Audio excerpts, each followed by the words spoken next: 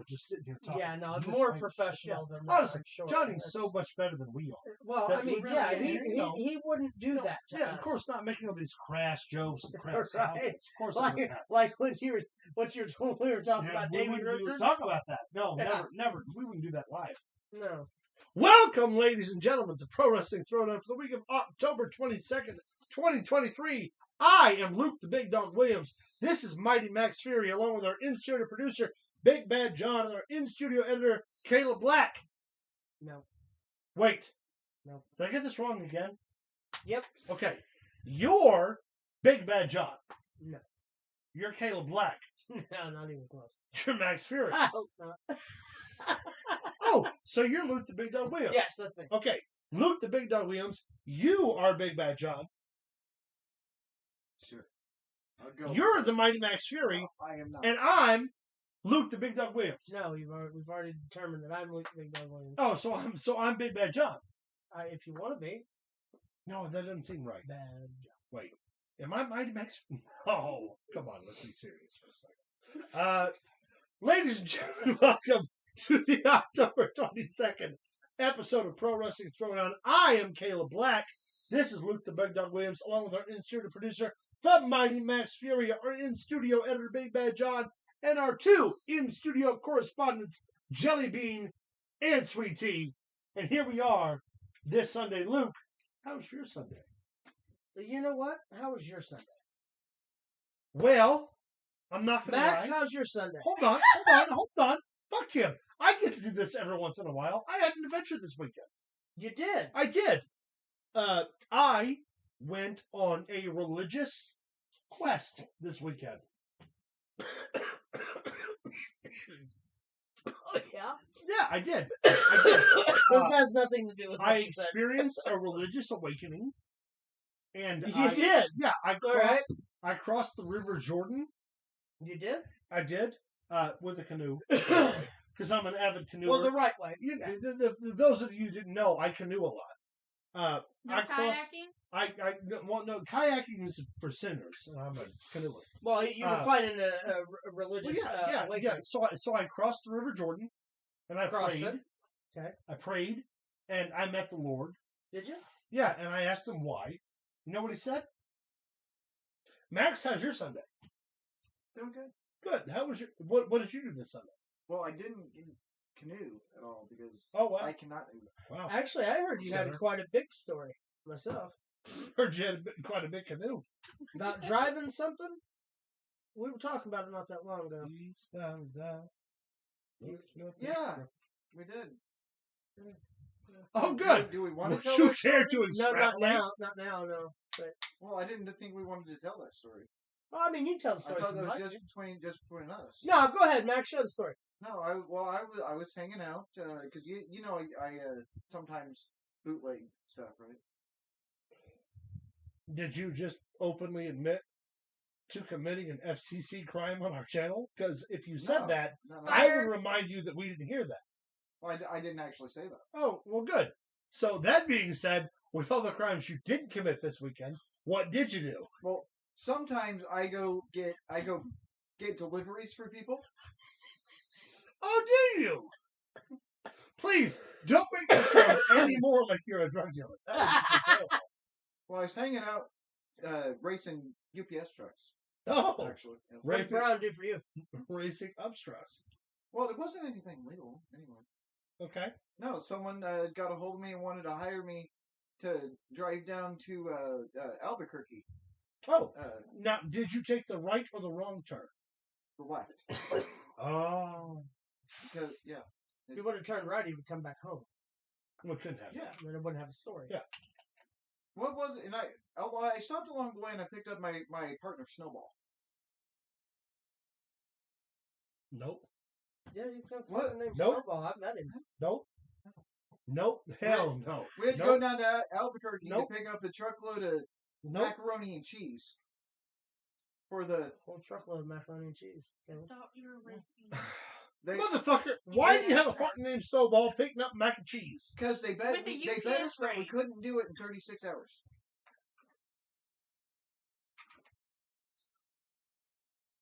I'm even more confused. Okay. What happened? Well, we ran into all kinds of trouble. Okay. There Not was doing anything illegal. not doing anything illegal at all. They were after the macaroni and cheese. Oh, were they? They were bandits. In the UPS truck? They were mac and cheese bandits? They were bandits, and it was that smoky flavored mac and cheese. Of course. So they were... So they Smoky were, bandits. True story. Seven True strangers. story. I'm not making up any Not of a this. single dime that is made up. Not one. No, Max. Absolutely everyone watching agrees that you hijacked a UPS No, truck. no. I own that. Now, he owns a truck. He was just racing those legally at the legal speed limit while not picking up It was- packages for people. It was at the drag strip. It was legal. Big Bad John, please. Please save this opening segment. He's busy. How was your weekend? It's already been 10 minutes. My weekend's going great. Oh, that it is. I love how his answers are short and sweet. Oh, no. Well, gang.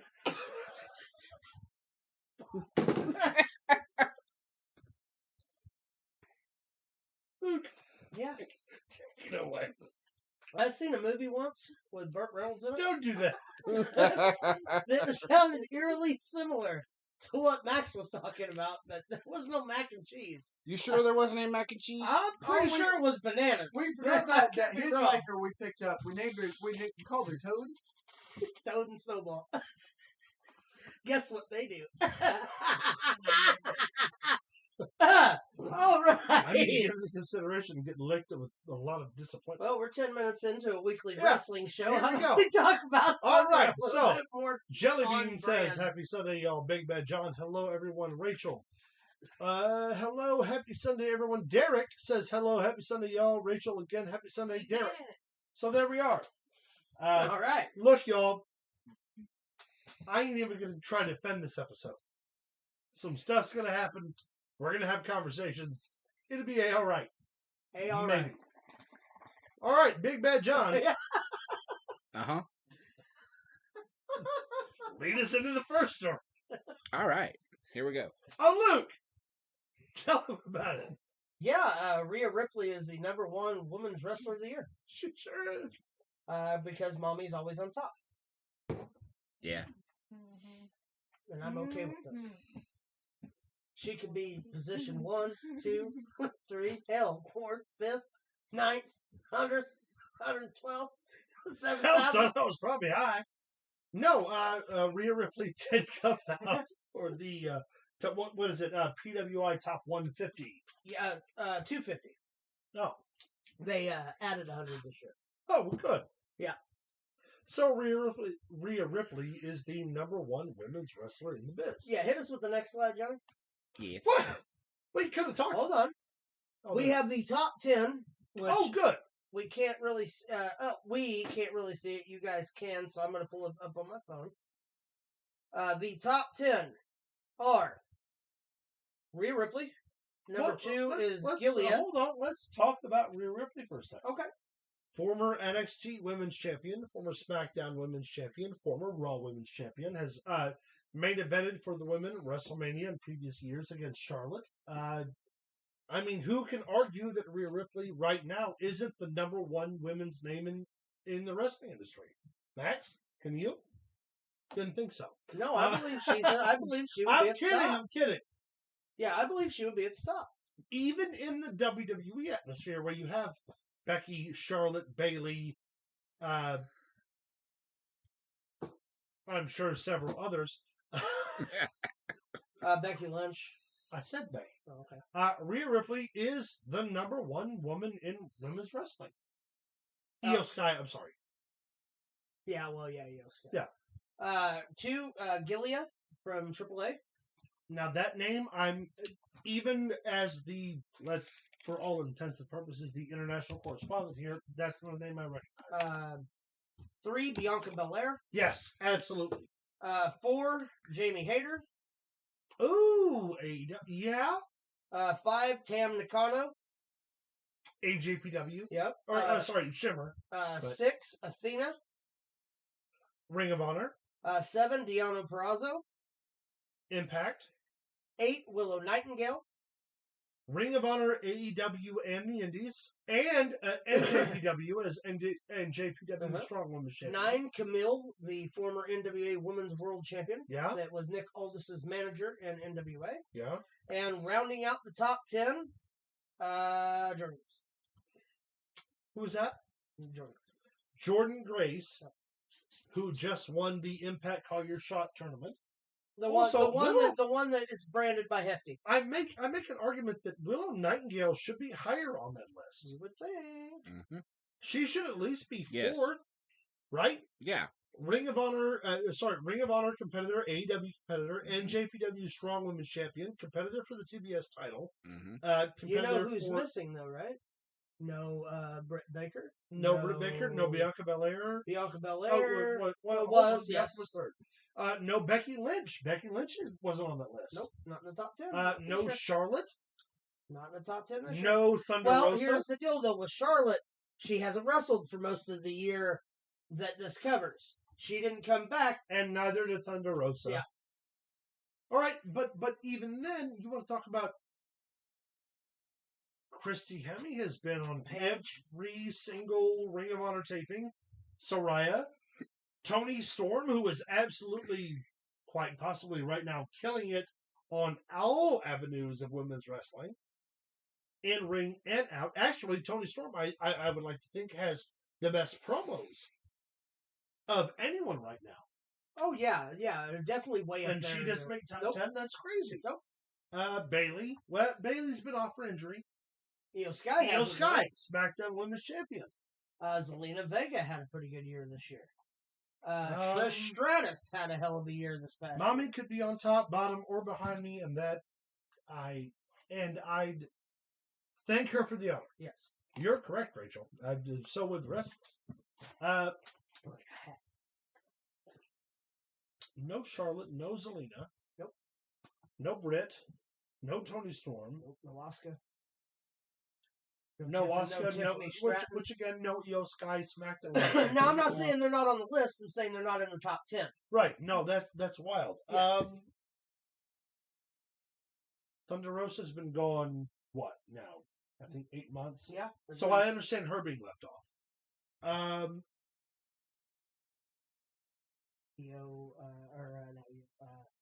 Rashida. You said Jordan Grace got top 10. Yeah. Deonna Purrazzo. Yeah.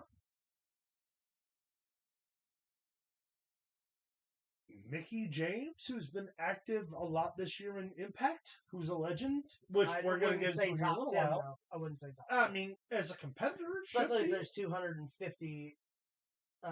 Trish Stratus? That's what I said. Trish should at least been up towards. She Wild. might be 11. I Well, don't know who's Now, after is 10. this Meltzer's top 10? This is the PWI. Oh, well then. It's the PWI No. 250. Good luck to her.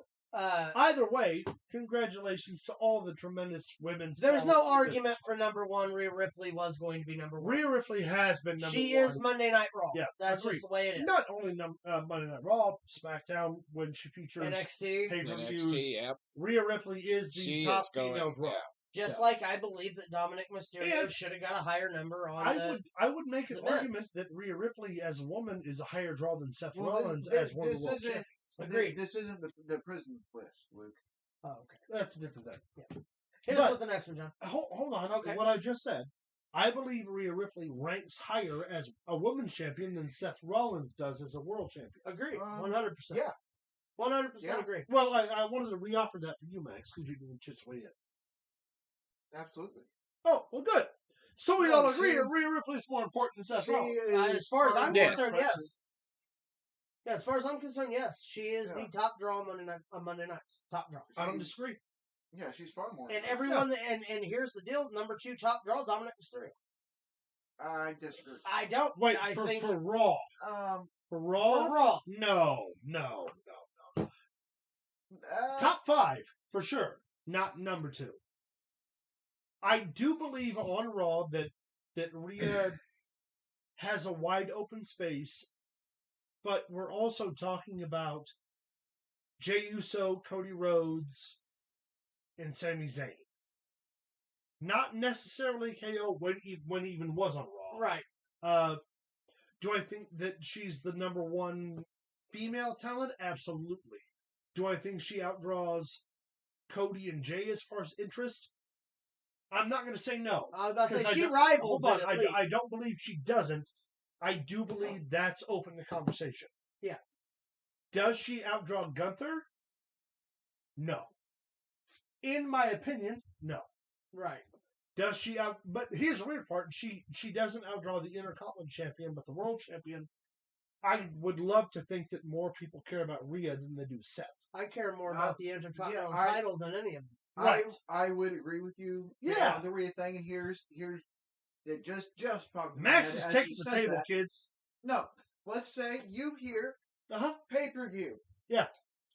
Rhea Ripley versus whoever. I'm down to see it because I love Rhea Ripley. Right. Right. Rhea's argued the conversation. Versus Roman Reigns versus whoever.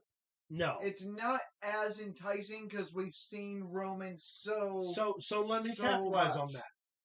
3-match card. Just 3 matches. We'll say Rhea Ripley versus Becky Lynch. Okay. We'll say Roman Reigns versus Kevin Owens. Okay.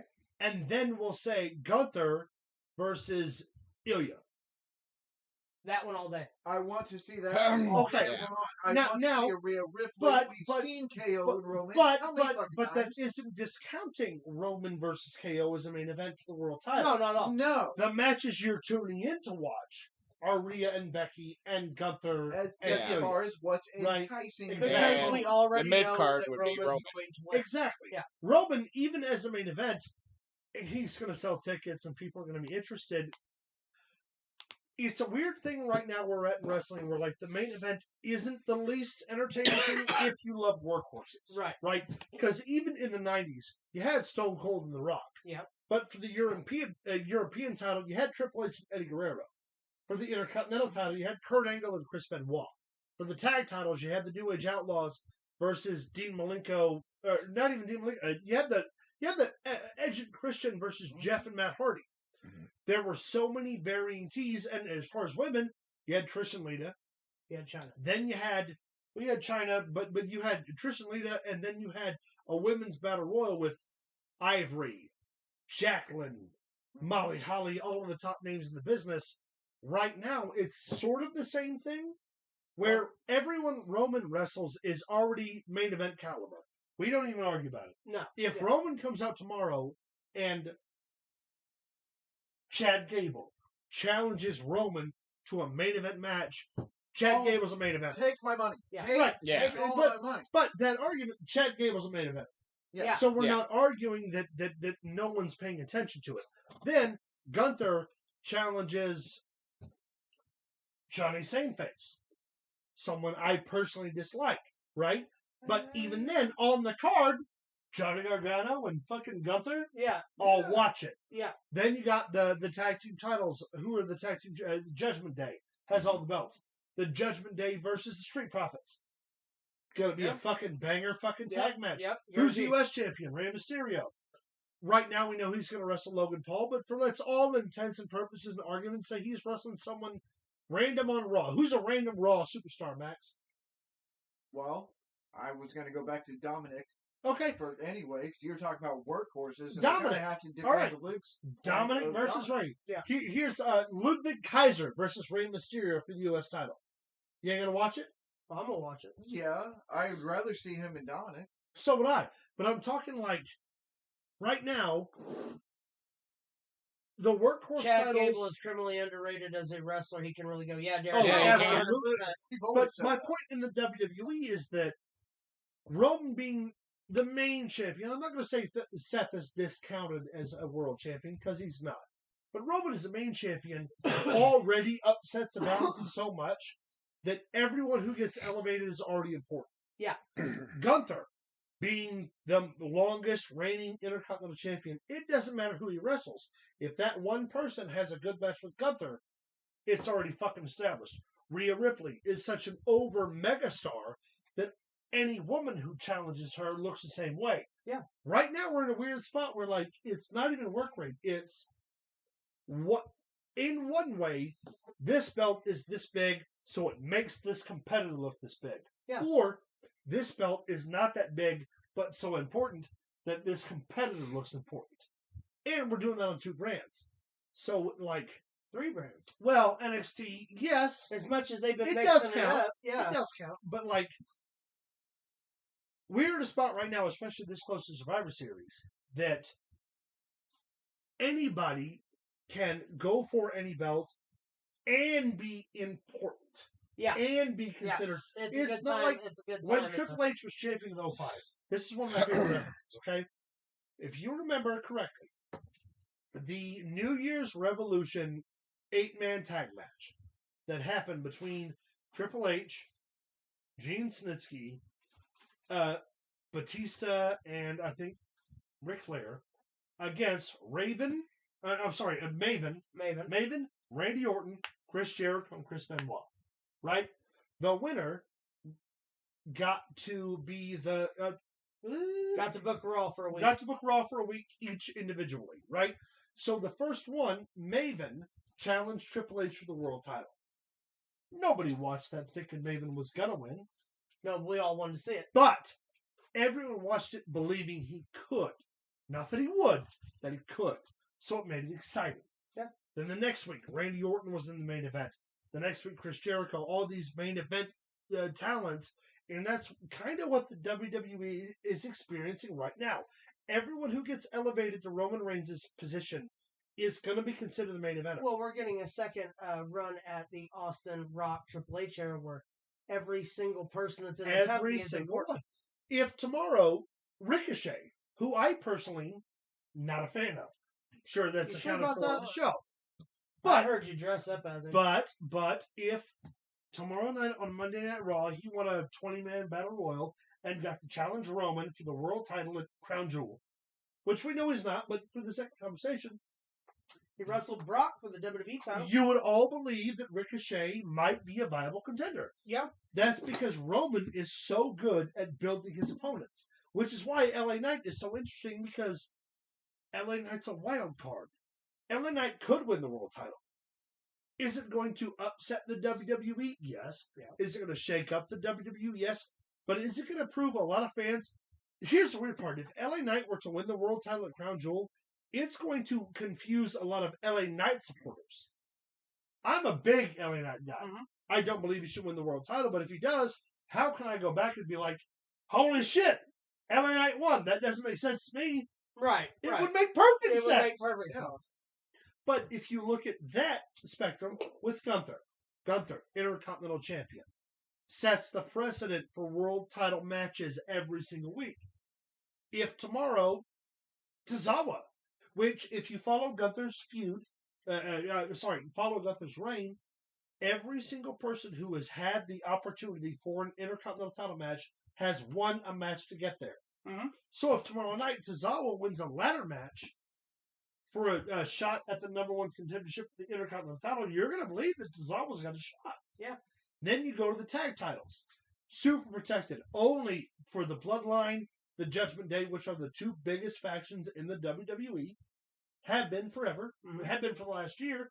Kevin Owens and Sami Zayn upset one and then lost to the other. So if tomorrow, not the Major Brothers, who's the one tag team, the tag team in NXT, the brother tag team, Creed Brothers. Creed yeah. Brothers. If they come up and win a fatal 4-way for a number one contendership for the tag titles tomorrow night, you automatically believe maybe the Creed Brothers are going to take it off fucking Judgment Day. Why wouldn't they? It's out of nowhere. It's crazy. You get into every single title selection and regular feud, and right now, everyone's a star. Everyone's got a chance. Everyone's believable.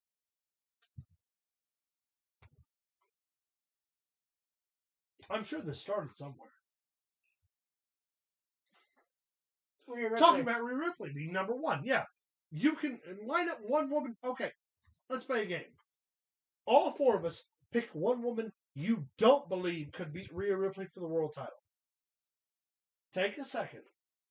Discount your Charlottes. Discount your Beckys. Discount all of the top stars. Couldn't? Pick a woman superstar from Raw, SmackDown, or NXT that couldn't beat Rhea Ripley. You three. Gigi Dolan? Okay. Derek the Devastator says true. If LA Knight wins the Undisputed Championship, he still gets the same huge shot from the Rams. Absolutely he does. During his championship run, maybe. Does he have the same buffer he had with Roman? That's a different argument. Mm-hmm. Who can come out and have the promo skills against LA that's necessary? The Miz is really the only one I can think of. Maybe Seth, but he's got another world title. Theory? No, not on promos. LA Knight would eat him alive. Mm-hmm. Yeah, it'd be The Miz. It'd be The Miz. He's the only guy, which Roman is good at promos now, but Roman's also incredibly protected. Mm-hmm. It's great to say you're the best on the mic when you just have to go to the ring. Stone Cold was never a good promo. Mm-mm. But could Stone Cold go to a crowd, wrap them up, say what a bunch of times, give me a hell yeah, and have them in the corner of his fucking pocket? Absolutely. Roman Reigns. St. Louis, acknowledge me. Crowd goes crazy. He cuts a promo about he's ahead of the table. He's got the wise man. He's got all these other factors. Yeah, no one's going to beat him. LA Knight is a great improvisateur and can work on the mic. Mm-hmm. So could Cena. So can Orton. Orton is underrated for his promo ability. I agree. Nakamura, if he gets a fucking translator, is tremendous promo. If you happen to watch NJPW during the King of the Strong Style Hunt, he's the best promo in Japan. Is all that going to translate to Roman? Oh, no. But if you have the right talent, have the right speed, absolutely. But as we were talking about 1 second here, name one woman from Raw, SmackDown, or NXT that you know for a fact can't compete against Rhea Ripley. Liv Morgan. Liv Morgan. Okay, you say Liv. That's what I was going to say. Liv Morgan, Max?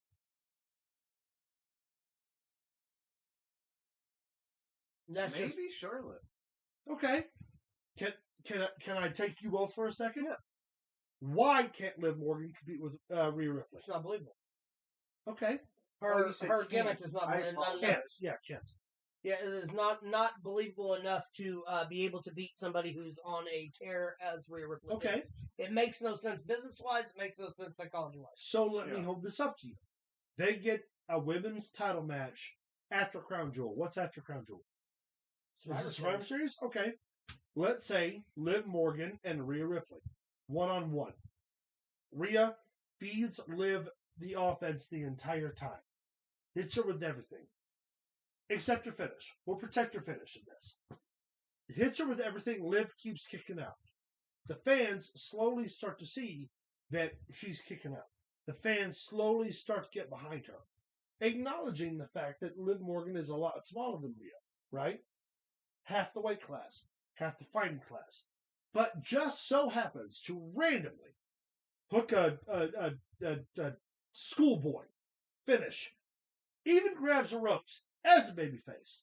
1, 2, 3. Liv Morgan leaves women's world champion.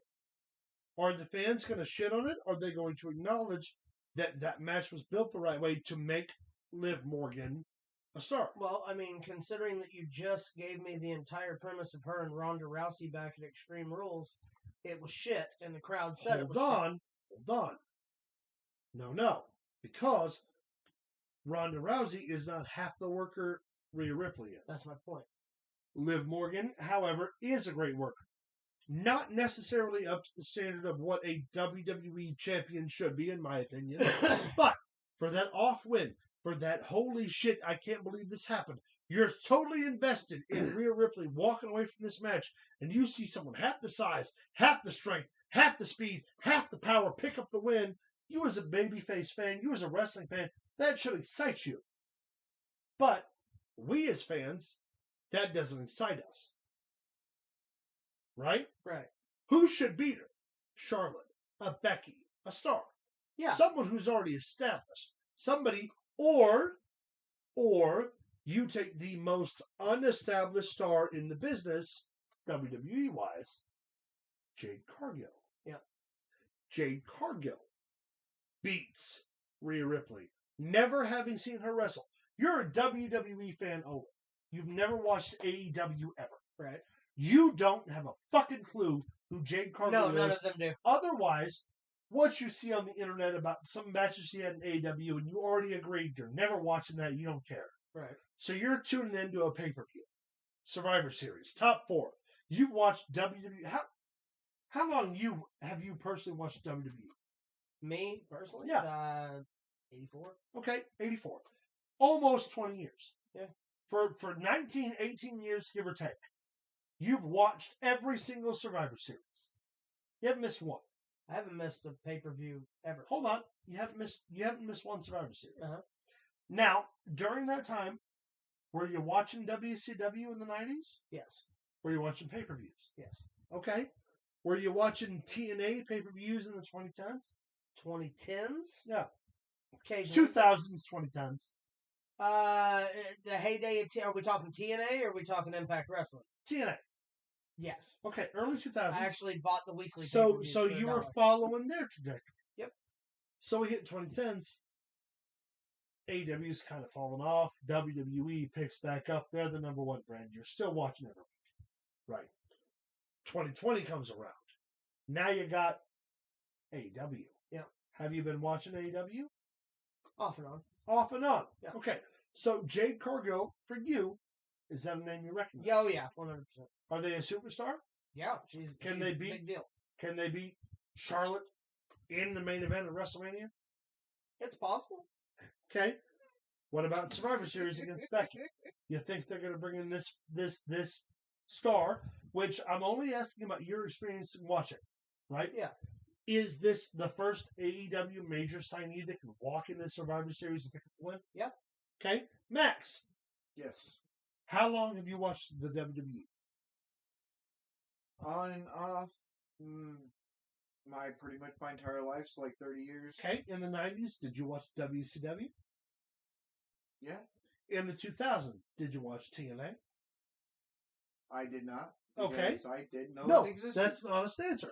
In 2010, were you watching the WWE or watching something else? Watching the WWE. Okay, 2020. Did you start off 2020 watching the WWE or AEW? The WWE. So, if you hadn't watched AEW, which you have now because of the show and because we all I tried to, would still rather watch WWE because it's more entertaining than. but here's my question. AEW, a product you've never watched, we'll assume, produces a star, a female star, not a heavyweight contender, not somebody who walked out of AEW, former world champion, walked in the WWE, kicked the door down, said, I'm going to be the number one contender for the world title against Roman Reigns, and set the business on fire. We're talking about a women's contender, which, as far as demographics of wrestling, it's not as high as men's wrestling. But, you read about this person online. And then the WWE sees this person and they say, this fucking person's going to be a star. And they roll out the red tape and they get all the pomp and circumstance they can handle. And the WWE is airing packages about them. And they're airing interviews about them. And then on Survivor Series, one of the big four, that person is the number one contender against Charlotte Flair for the world title. Charlotte Flair, second generation superstar, daughter of Ric Flair. In this situation, who do you pick to win? The new signee for Shock and Awe, or do you pick Charlotte Flair? Charlotte Flair. Okay, Charlotte Flair's one answer. Becky Lynch versus this person. Probably Becky Lynch. Rhea Ripley. Rhea Ripley. What about Io Sky?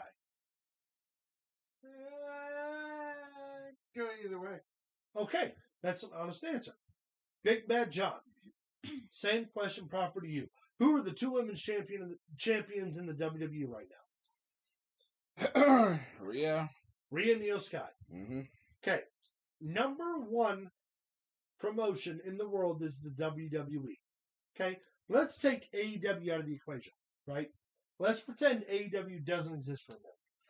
Let's say, for all intents and purposes, Mercedes Moné, formerly Sasha Banks. Sasha Banks, Mhm. for the WWE. Let's say Mercedes Moné, current reigning, which she is, the IWGP Women's Champion. Well, she's not the the strong champion. She lost to Little Nightingale. But she's the number one signee for IWGP. Number one signee for women NJPW for the last, 10 years outside of China. 20 years outside of China. Outside of China. So let's say the WWE brokers a deal with just Mercedes versus Rhea Ripley at WrestleMania. Not Survivor Series, not the Royal Rumble, at WrestleMania, night one in the main event, an international talent, former WWE superstar Mercedes Moné versus Rhea Ripley, and the WWE's objective is to draw international appeal and get people watching. Who should win that match? I would go with Rhea, but Rhea? That's a fair argument. 100%.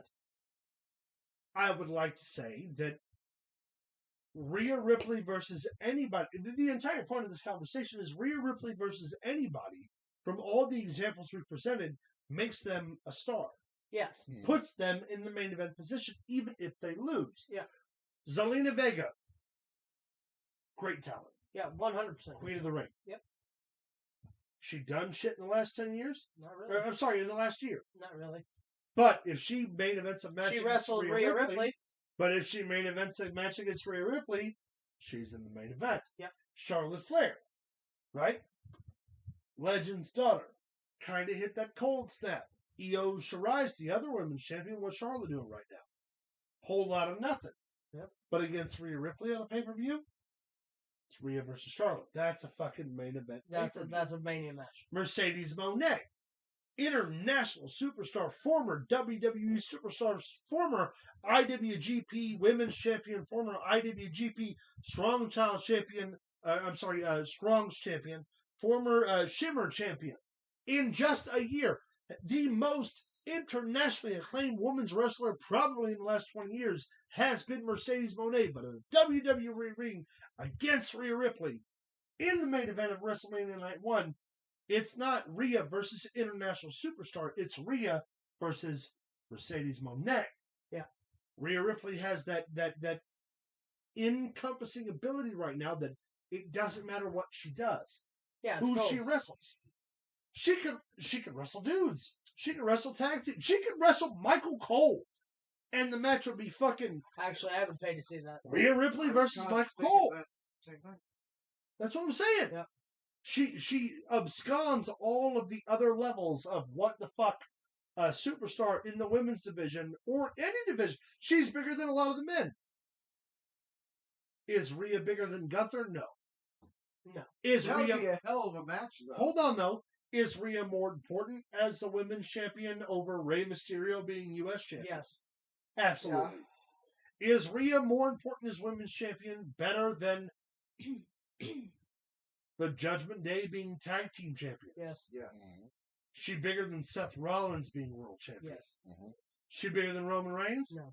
That's where the fucking buck stops then. Yep. The two top superstars in the WWE go Roman Reigns, Rhea Ripley, and then everybody else. Yep. Gunther. She a bigger champion than Gunther? Here's the deal. If she is, that's good. If she's not, that's good. No one loses. I would believe yes, because of the impact on women's wrestling, she would be a little bit. And I would say she should be in third because of the consistency of the Intercontinental title getting elevated. Yeah. But neither answer's wrong. Yeah, neither one. Either Rhea Ripley's number 2 or she's number 3. And again, boy, what a problem that is. Right. To be the number 3 performer in the multi-billion-dollar company that pays hundreds of millions of dollars every year. Oh God, Rhea Ripley's number 3. And Jesus Christ, even worse is she's number 2. Right. We know she's below Roman Reigns because, let's be fair, Roman Reigns number 1. It's Roman. He number 1. He number 1 in the WWE. He number 1 in Japan. He number 1 in Impact, NWA, fucking Ring of Honor. He number 1. Number 1 in our hearts. And no one's mad about that. You don't see MJF going out as AEW champion every week going, I'm not as big as Roman. He doesn't do that because that's a dumb thing to do. Yeah. acknowledges his position for the other show, and he makes the absolute best out of it. All right, hit us with the next one, John. You've been trying to do that for like 30 minutes. You talk a lot. It's a good conversation to have. I was just saying. You You're love how welcome. you're talking to my elbow. Ah! Yeah, you're welcome. Go ahead. So there was a promo on SmackDown for LA Knight. Yeah. Yeah, why don't you tell us about it? LA Knight had a promo with Roman. It was actually really good. That was Paul Heyman, right? No. So last week it was him and Cena versus Roman and kind of Paul Heyman. Paul Heyman didn't get super involved. Yeah. This week it was definitely LA Knight and Paul Heyman. Did this great bit where LA Knight did, yeah, and then Paul Heyman made a face and goes, "Oh, you don't like that, do you?" And then Paul Heyman, no, I love. Yeah. Fantastic. Either way, LA Knight versus Roman Reigns at Crown Jewel in 2 weeks for the undisputed World Heavyweight It's going Championship. to be interesting to see just exactly what kind of a show these two boys put on. I don't think LA Knight's going to win, but man, if he did, that'd be awesome. It really would. This would also be one of the rare occurrences in Roman's defenses that, well, if you guys watch the show, I was a huge advocate for Logan Paul. Yes. If Logan Paul beat Roman, that would be holy shit. This could be another thing where if LA Knight picked up the win at Crown Jewel, we'd be talking about it for the next month. Oh, yeah. Maybe even longer than that. Do I think that's going to happen? No. No. But would it be awesome? Yeah. Yeah, it would. Also, one of the natural charisma, natural talker, natural in-ring talent. They've been booking against one another all week long on TV. At house shows. LA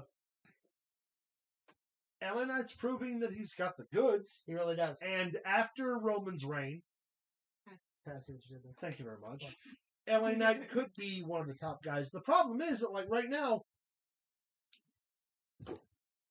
yes, I want to see Roman's reign end to someone deserving. And I'm not saying LA Knight isn't.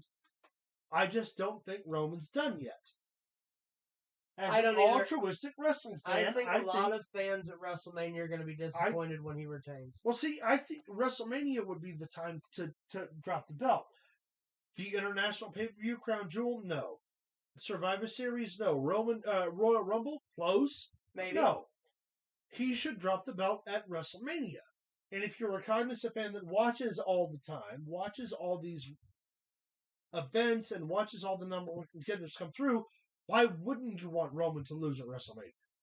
Would it be awesome that LA Knight beat him at Crown Jewel? Yes, but Yeah, then it would be cool. But then you have to put on LA Knight's world title reign that he won it at Crown Jewel at 1 o'clock in the afternoon on a Saturday. Right. Not the main event of WrestleMania 40, the greatest wrestling pay-per-view ever presented to the public. So, while I would love LA to win, I'm okay that he's not gonna. Me too. It's not going to hurt him any. Right, but it's not going to hurt him. It's not going to hurt the fans either. No. He's going to be able to come out on SmackDown, talk about, hey, yeah, Roman Reigns beat me, but I'm down, but I'm not out. Cut a promo, some heel to present themselves, and LA Knight's saved. LA So- Knight goes to Raw and challenges Seth Rollins. Exactly. Well, when Cody wins the Royal Rumble, that's what's going to happen. It's going to be LA Knight and Seth, and it's going to be Roman and Cody. Cody's not going to Oh, he's going to win. win. This time There's he's no got- way he goes back to back. No way. We'll see what. Yeah, that's what everyone said about Austin in '96, Well, '97. Well, no, hold on. No, it's not going to happen. Yeah, just like Shawn Michaels wasn't going to win '95 or '96. Well, he won 95 because he was the right guy. 96 is Cody's not going to win because it's going to be Orton. Oh no! Cody's going to win so he can defend the belt against Orton, and then you get the history of Cody Rhodes and Randy Orton on Monday Night Raw without the encumbrance of Seth Rollins or Roman Reigns. A completely different story. Randy Orton, Maybe a wrong one. Randy but, Orton, the vet in his 40s, attempting to finally climb back up to the top. Cody Rhodes, the guy who studied under Randy, who came from another company and finally climbed the mountain, and now his mentor is coming back for him. That's Did your you know story. that his dad was Dusty Rhodes? Who's that? Cody Rhodes. What? Yeah. You're It's a little that trade mean- secret for Does you. that mean his brother was Dustin Rhodes? That's not to be confirmed yet. Okay. I don't want to So speak out did, of church. so did Cody Rhodes What end about that silver racism? dust guy? Did Cody Rhodes end racism? No, Cody Rhodes' daughter ended racism. Oh. What's her name? Liberty. I thought for sure you wouldn't fucking remember. I'm Only sorry. reason I remember it's because you said it last week. Her name's Liberty. Cody Rhodes ended racism. With If you're Liberty. in this chat right now and you felt the effects of racism, sue Cody Rhodes. Don't do that. Did you know that on her birthday, they call the cake Justice so that everybody can have some?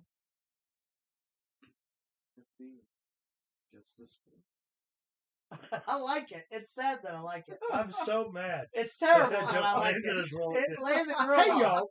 Speaking of landing, land over on Facebook at facebook.com/Pro Wrestling Throwdown. Follow us on X at Pro Wrestling GD. Send us an email at ProWrestlingThrowdown@gmail.com. Stop. Follow us hitting on me. TikTok at Pro Wrestling Throwdown.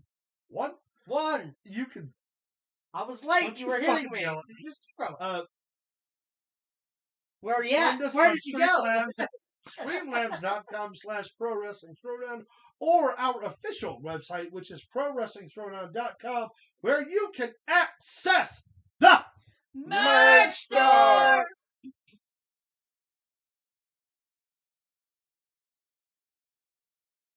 All right, Big Bad John, give us the next story. I'm not giving it to you this Yeah, time. fuck Wait it. till later. Hey, Bianca Belair came back on SmackDown. Yeah, she did.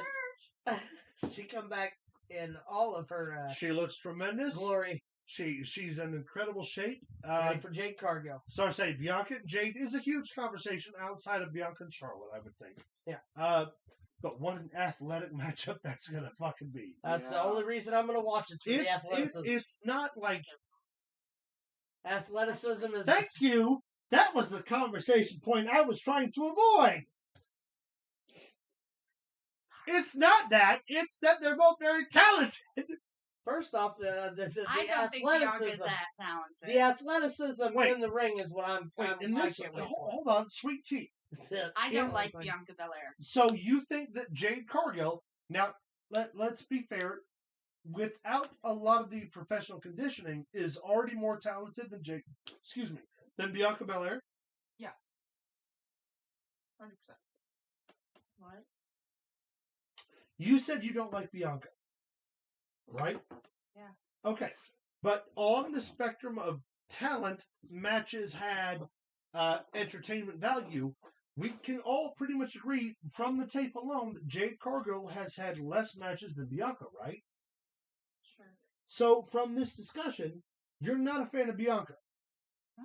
Could you say that someone less experienced with a little more star power like Jade Cargill could come to the WWE and beat Bianca? Yeah. Are you noticing that like this, as it is, it looks like she's sitting under the table? It's got to look like that from everybody else. Yeah, he's not speaking to my groin. There's That's, actually people here. Ah! She's, Jade Lynch from Australia explodes microphone. Close microphone. She looks stronger. She just looks. I don't Jade? know. She's fierce. Jade has the it factor. Yes, she She does. really all does. over. She If- looks like a star. if Like a bigger Bianca- star than Bianca. If Bianca had Jade's it factor, she'd be the number 1 star in the business, right? Yeah. Like we can all agree on that. But even like you pair Jade up against Charlotte, That's This- what I want to see. but these last 2 weeks, even if you're only a WWE fan, you've left going like, Jade's a fucking star. Mhm. Yeah. Like Jade could beat Charlotte She's tomorrow also night. really shiny. She's shy. It's- Well, that's maybe. That's Yeah, it is. she puts shine stuff on. Yeah, her. she does. Yeah, maybe. Highlights. But like that's the thing. Bianca Belair has worked extremely hard to be one of the #1 women in wrestling, and we've all said for years that she would be. Yeah. But right now, her return again overshadowed. Io Sky's women's title run kind of overshadowed by yeah. Jade Cargill coming in and being the #1 women's star. The only argument I have against Jade is who's going to wrestle her to make it important. Charlotte's won, Becky's won, Bayley's won, Bianca's won. Mhm. we'll say for all intents and purposes, so are Asuka and Io Sky. It's a good one, Natalia. There's a good crop of talent there. The top names I just read off, if she beat every single one on the next 5 weeks of Raw, it's only 5 weeks. Yeah, well, they're not going to do that. I know that, but I'm saying, but you can see them. Yeah. You can see how that times out. Yeah. I think that Jade suffers from new toy syndrome a lot. That we all want her to be the shiniest new toy, and she's going to be. She is. Literally. But at what point does she hit her peak the same way Charlotte did? Remember, there was if they book it correctly, there was a time on this show that all of us communicably agreed that Charlotte was going to be the best women's wrestler for the rest of forever. She is. And then Britt Baker came along. And we all agreed that if there was someone to counter Britt Baker, it would be, someone to counter Charlotte, it would be Britt Baker. Yes. Britt Baker. Yes. Then it was Bianca. Now it's Jade. Jade's already wrestled half of the other roster. I still argue to say that it's Rhea Ripley. I agree. But even at the end of the day, it's Rhea Ripley as the number one star over Jade when she gets some traction. Yeah. Over Jade versus the rest of the entire women's roster. Yes, Rhea is going to be number one. Yeah. But Rhea didn't have to beat everyone to be number one. Jade Right. already outshines everyone without having beaten anyone at number two. She didn't beat Charlotte. She didn't beat Bayley. She didn't beat Io Sky or Asuka like Charlotte. But that's like only Rhea did. because Yeah. of whatever her name factor is. But I personally don't really know who the hell she is. I don't know. I've never anything seen her about very wrestle. much That's about totally her at all. fair. A lot of it. She has that it factor look, and so But that's all. as someone who has seen, there are how many people in this room actively? 6, right? Answer honestly. Raise your hand if you've seen Jade Cargill wrestle. 2 out of 6. Now here's the other thing. Raise your hand if you saw Jade Cargill wrestle a good match. But walking into the WWE, you don't know that. You don't know that she's kind of still getting polished in the wrestling ways. You know she's being treated as a superstar. So she just looks the part. That being said, how many people that have been watching since she got introduced in this room, answer honestly, have been excited about what she's going to do? All right. Let's see what she's going to do then. So, Max, you're not excited at all about what Jade Cargill brings to the table? I'm excited to see. I'm just working on things. No, I can't fair really enough. raise my hand Big right now. Bad John? Yeah, let me I'm give you a excited. redneck. Woo!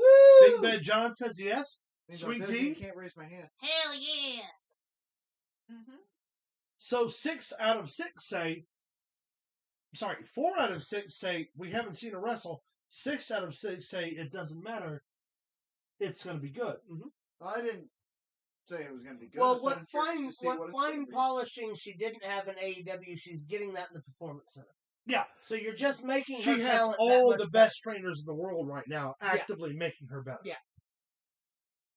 And all of this to say that Bianca Belair returned.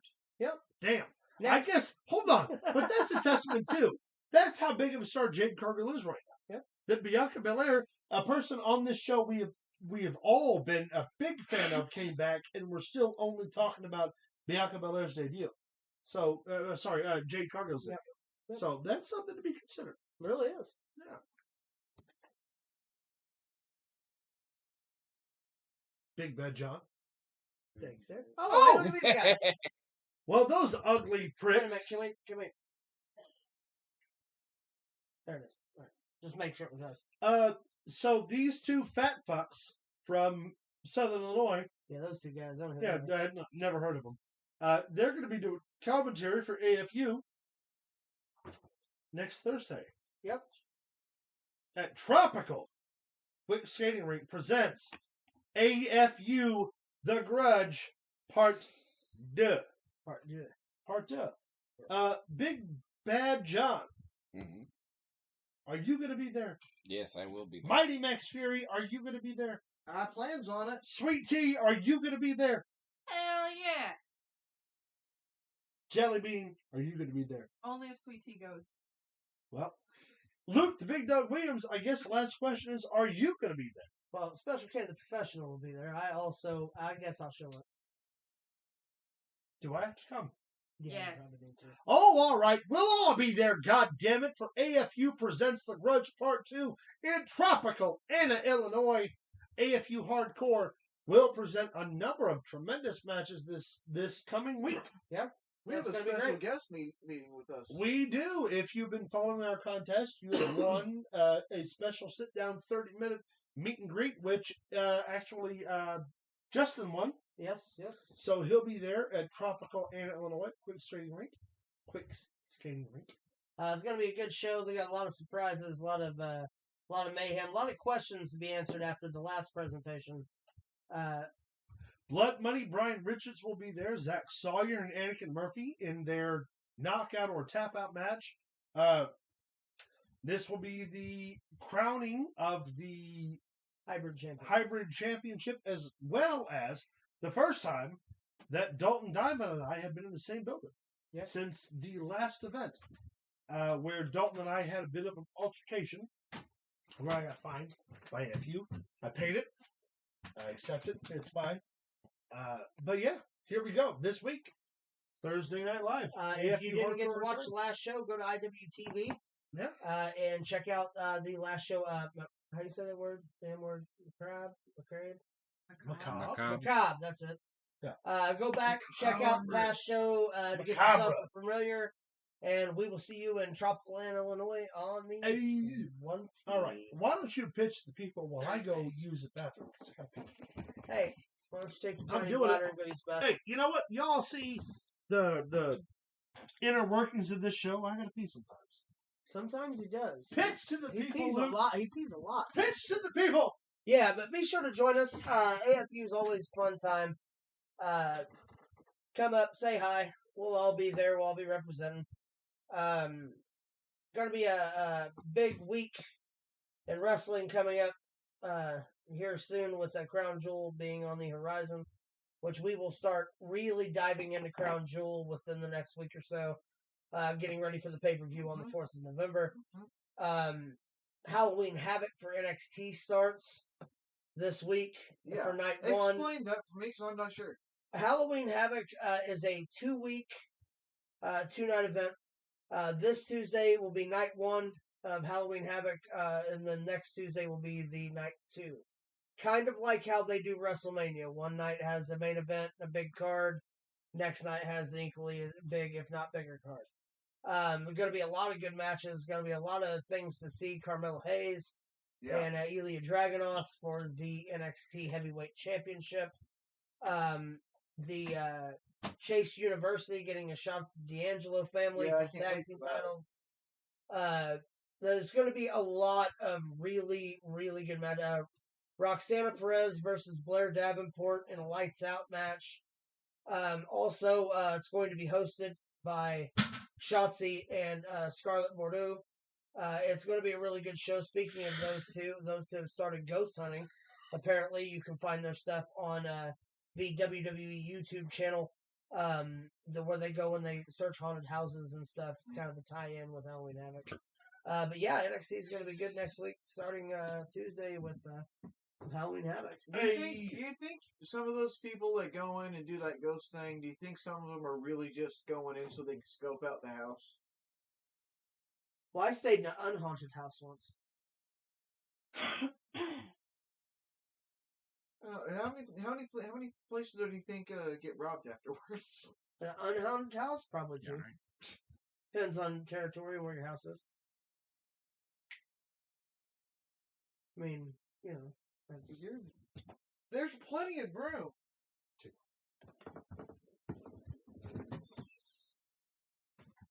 So yes, Halloween Havoc will be a fantastic event. AEW's Battle of the Belts, all that good stuff was a pretty good show last night. Collision was a good show. It would have been better if more people would have been there to watch it in person because the place looked incredibly empty, which happens when, you book a wrestling show in too many seat arena. Orange Cassidy defended the International Championship. I think is what they're calling it now. It was Mid-Atlantic. No, I think it's the International Championship successfully. Big Bill and Ricky Starks retained the Tag Team Championships. Billy Gunn and the Acclaimed defended the Trios Championship successfully. A really good card had by all, and it was a very long show last night. AEW usually always runs long on pay-per-views, but I didn't realize just how long their TV shows really seem like they are. Yeah. I don't know. It's very interesting to see the progression there too. Really, with all these new the OVW wrestlers popping up on Collision was kind of cool. Hollywood Haley J wrestling Sky Blue. The Outrunners. My apologies, my lack of comment. I don't watch the AEW. I think they're the Outrunners. Yeah, the Outrunners. They did they had a match against FTR, which was a bloodbath, for lack of a better term. They pretty squashed pretty quick. But it's good to see that there's a working relationship there between OVW and AEW as well. Yeah, that was actually that they can capitalize off of. Yeah. That'd be pretty good. What did you think of the show last night? It was long. No, it was pretty good. I don't see comparison to WWE pay-per-views except AEW has more wrestling. It really did. It had a lot less talking and a lot more wrestling. Less entertainment factor and it's more wrestling. If you want to show WWE's where to go, AEW is more of like your indie show on television. Yes. Is probably the easiest way to describe it. And we were actually, one of the things we were discussing about that is they need to go to smaller buildings. Yes.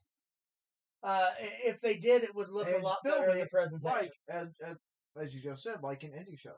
Yeah. Slightly smaller building like the complex in Florida? The Performance Center? Yeah, the Performance Center. Or the Capitol Wrestling Building.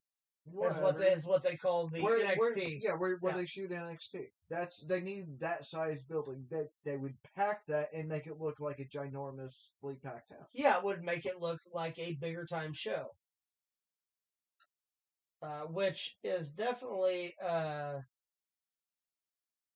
okay. Tony Khan has the idea right. The company's right, but there wasn't a whole lot of the matches that were on Collision they were good, but there was a lot of wrestlers on there that I just don't care about. Like, I don't understand a lot of them. Like, I don't understand why Tony Nese was wanting to see it. Make me guess, which is one of the things that WWE's been doing a lot, is they make you guess. Well, they started the show of Collision, not the Battle of the Belts. It was afterwards. But Collision started with Bryan Danielson wrestling Andrade.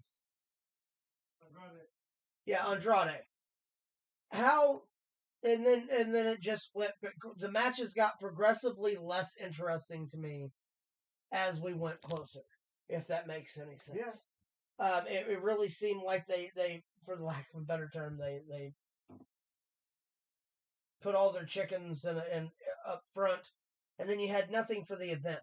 Nothing for the main event to look forward to. Granted, they were tag title. It was a tag title match. But the tag teams it was in, it's not going to set the world on fire. Big Bill, who used to be Big Cass, and Ricky Starks defending their titles against an actual tag team of Claudio and Wheeler. But, I mean, it was what it was. If the marquee said Claudio, I'm in. But I don't care about Ricky Starks. I damn sure don't care about Big Bill. I mean, I liked him when he was in the WWE the first run, but he's not entertaining anymore. The man wears jeans and work boots to wrestle in. It's just he's so big, he should be doing a lot, and they're not doing anything with him. But again, what does it draw?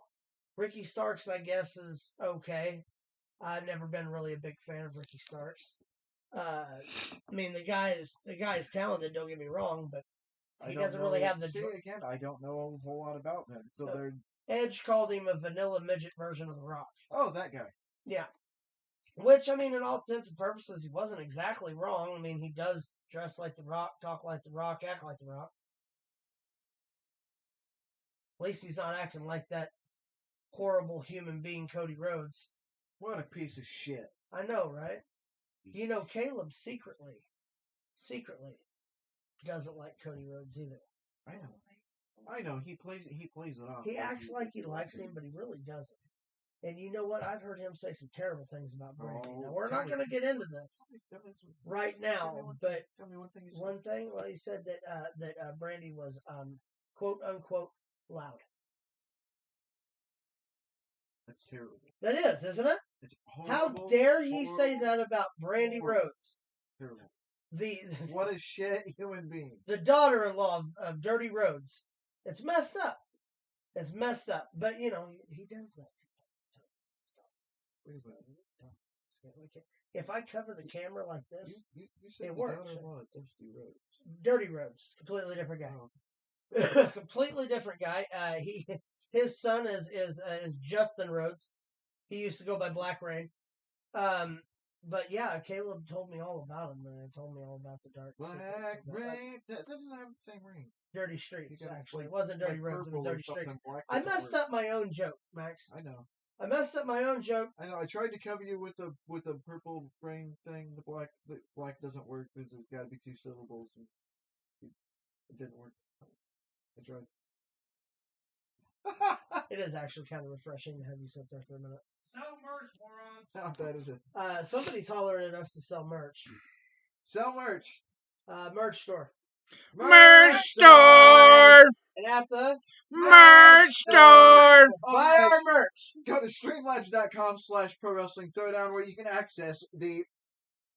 Now you're not gonna do it. I'm not gonna do it twice. Not gonna do it now. No, but you can get shirts. You can get flip flops, tennis shoes. You can get We got coffee mugs. We got Pro Wrestling Throwdown, the pepper spray. We've got all kinds of stuff over there. Shoes, cell phone covers. Oh yeah, new cell phone covers coming. Yeah. All kinds of new stuff.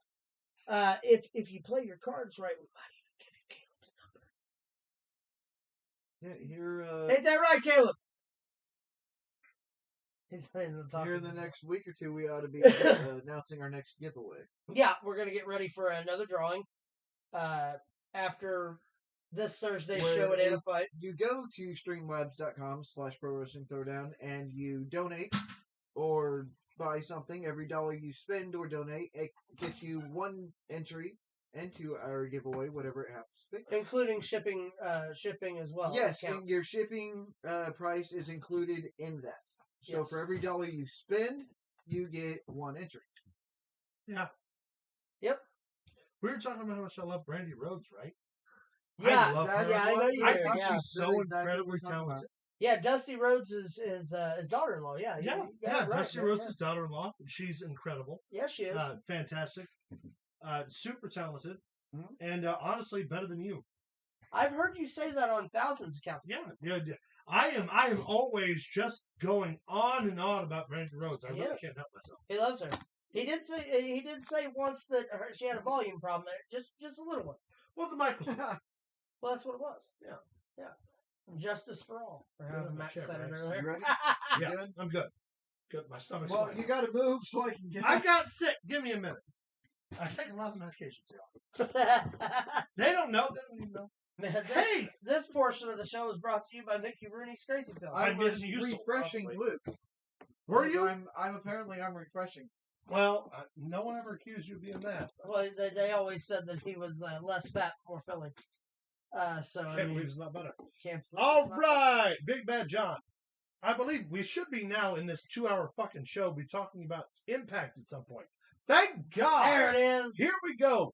Impact is rebranding as TNA. Total Nonstop Action Wrestling presents Impact.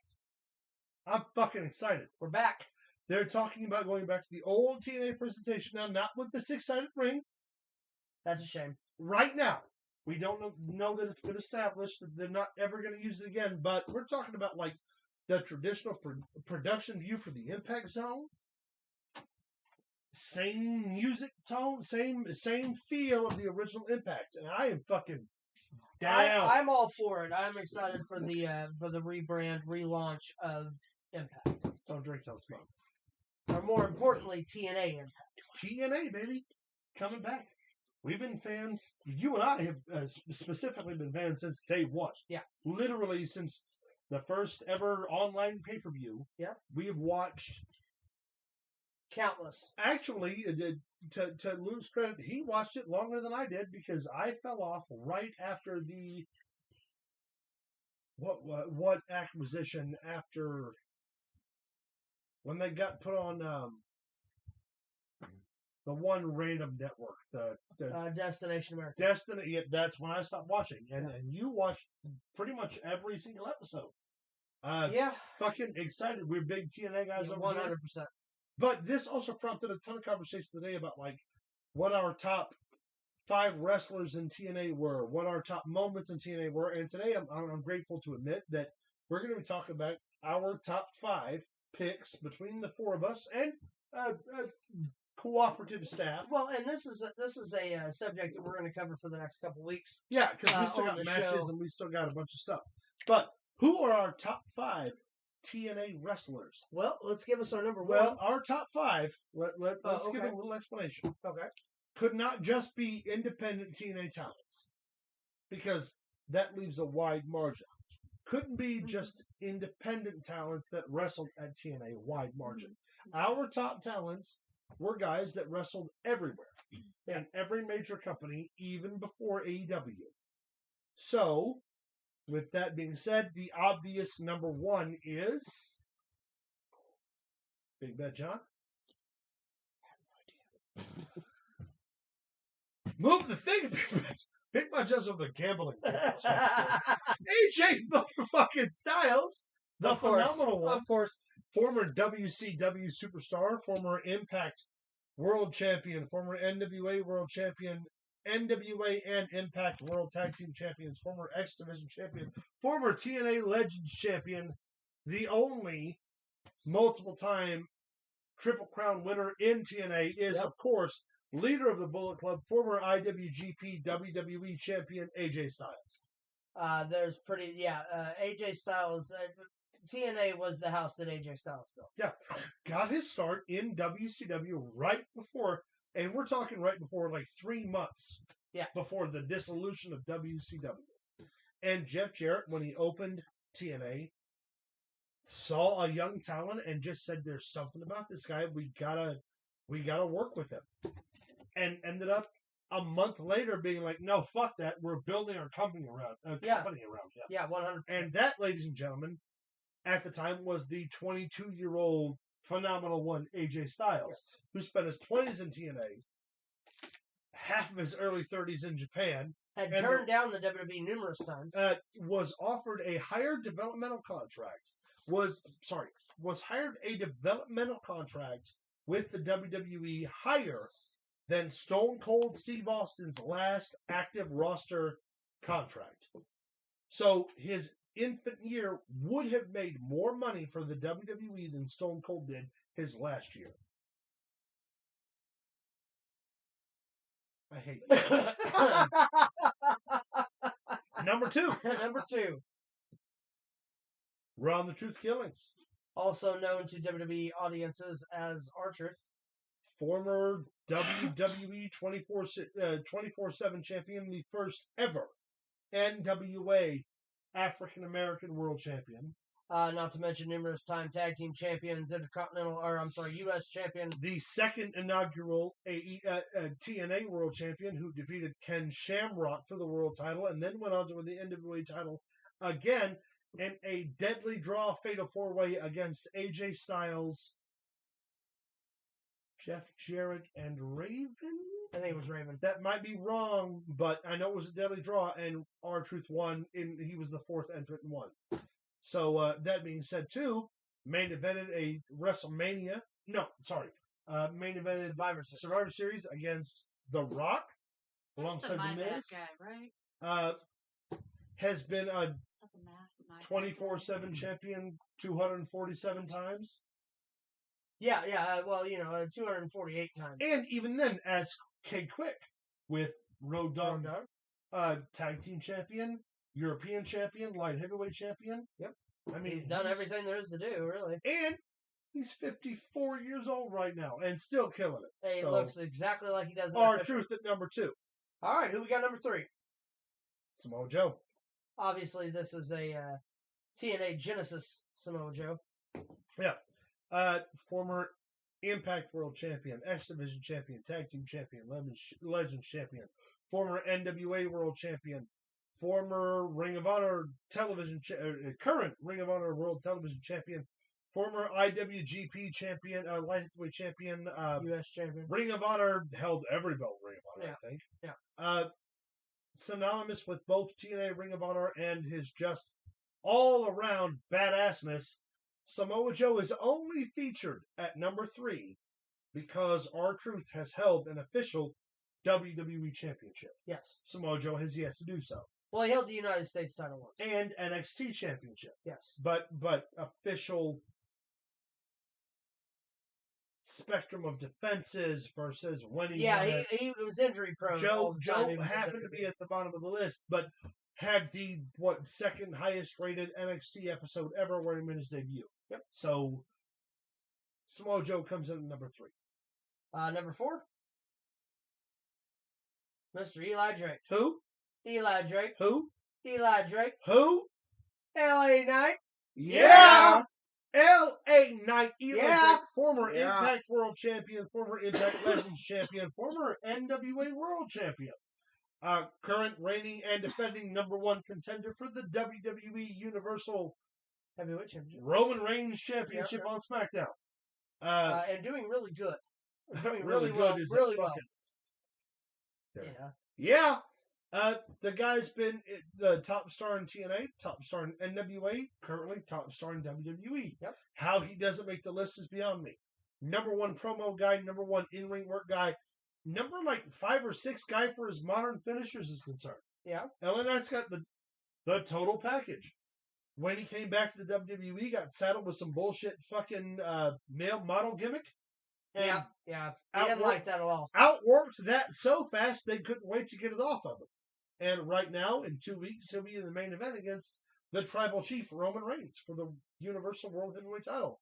So in Saudi Arabia. So LA Knight makes number 4 top TNA. All right, let's round out the top 5 with Bobby Roode, former Impact World Champion. Now, while he did hold the NXT tag titles, he hasn't held any other titles in the WWE. But he was NXT Heavyweight Champion.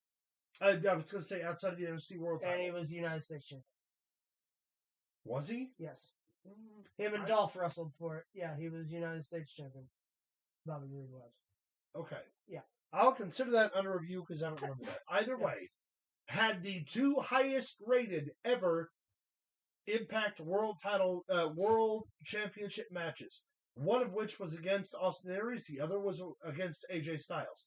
The highest rating pay-per-view draws they ever did outside of Kurt Angle and Samoa Joe, which gets his own separate rating, was Robbie Roode defending against Austin Aries and Robbie Roode defending against AJ Styles.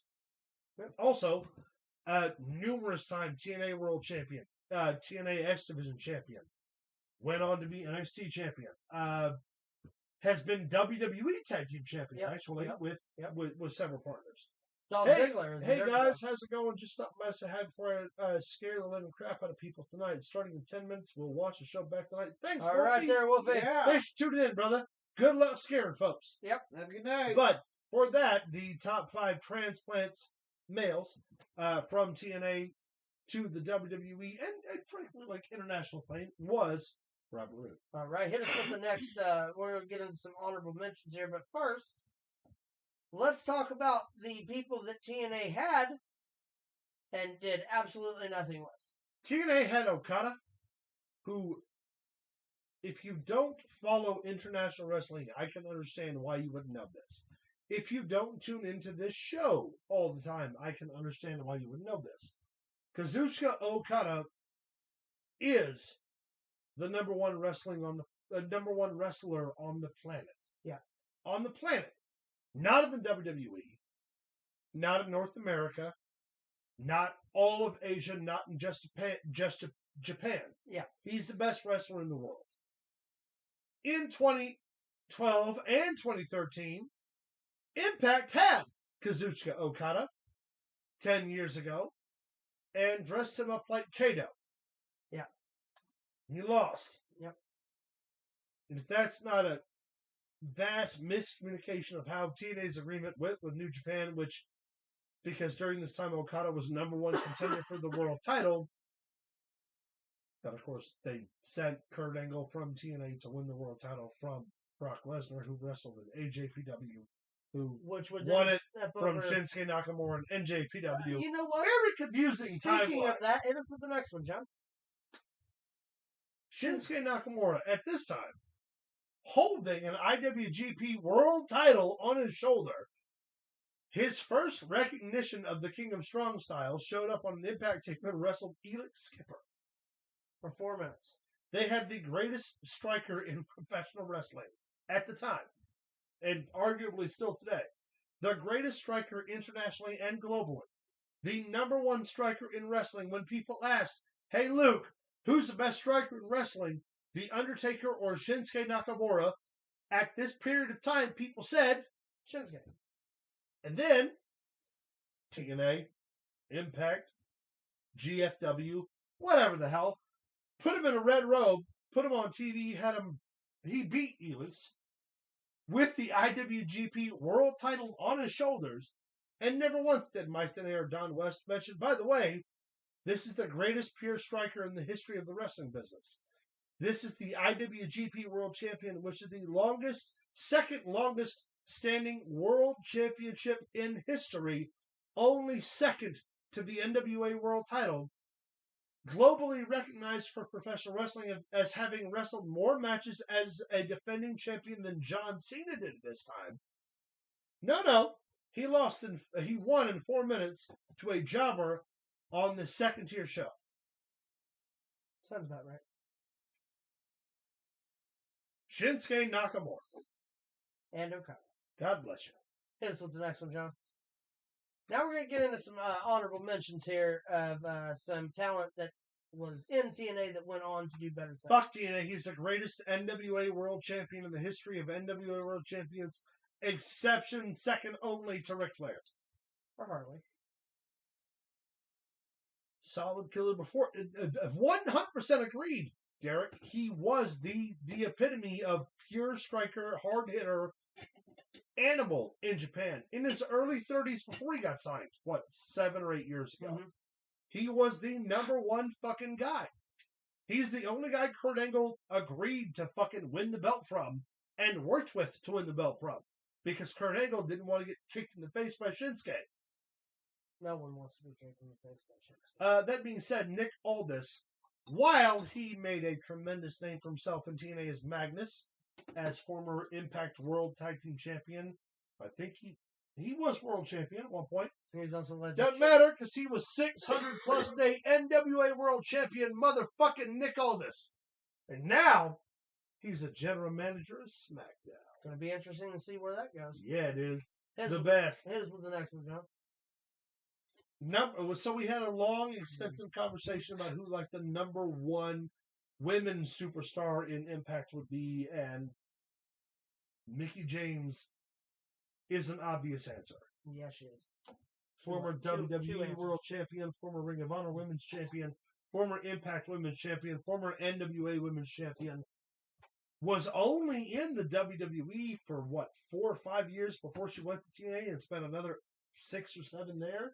Had a longer Rolodex there. Helped book the only ever all-female Impact and all-female TNA NWA pay-per-views, and did those in tandem. Not to mention, she was one of the only women to be on both the WWE's all-women pay-per-view and the TNA's. Yeah. Not only is she a pioneer for herself, she was a pioneer for women's wrestling.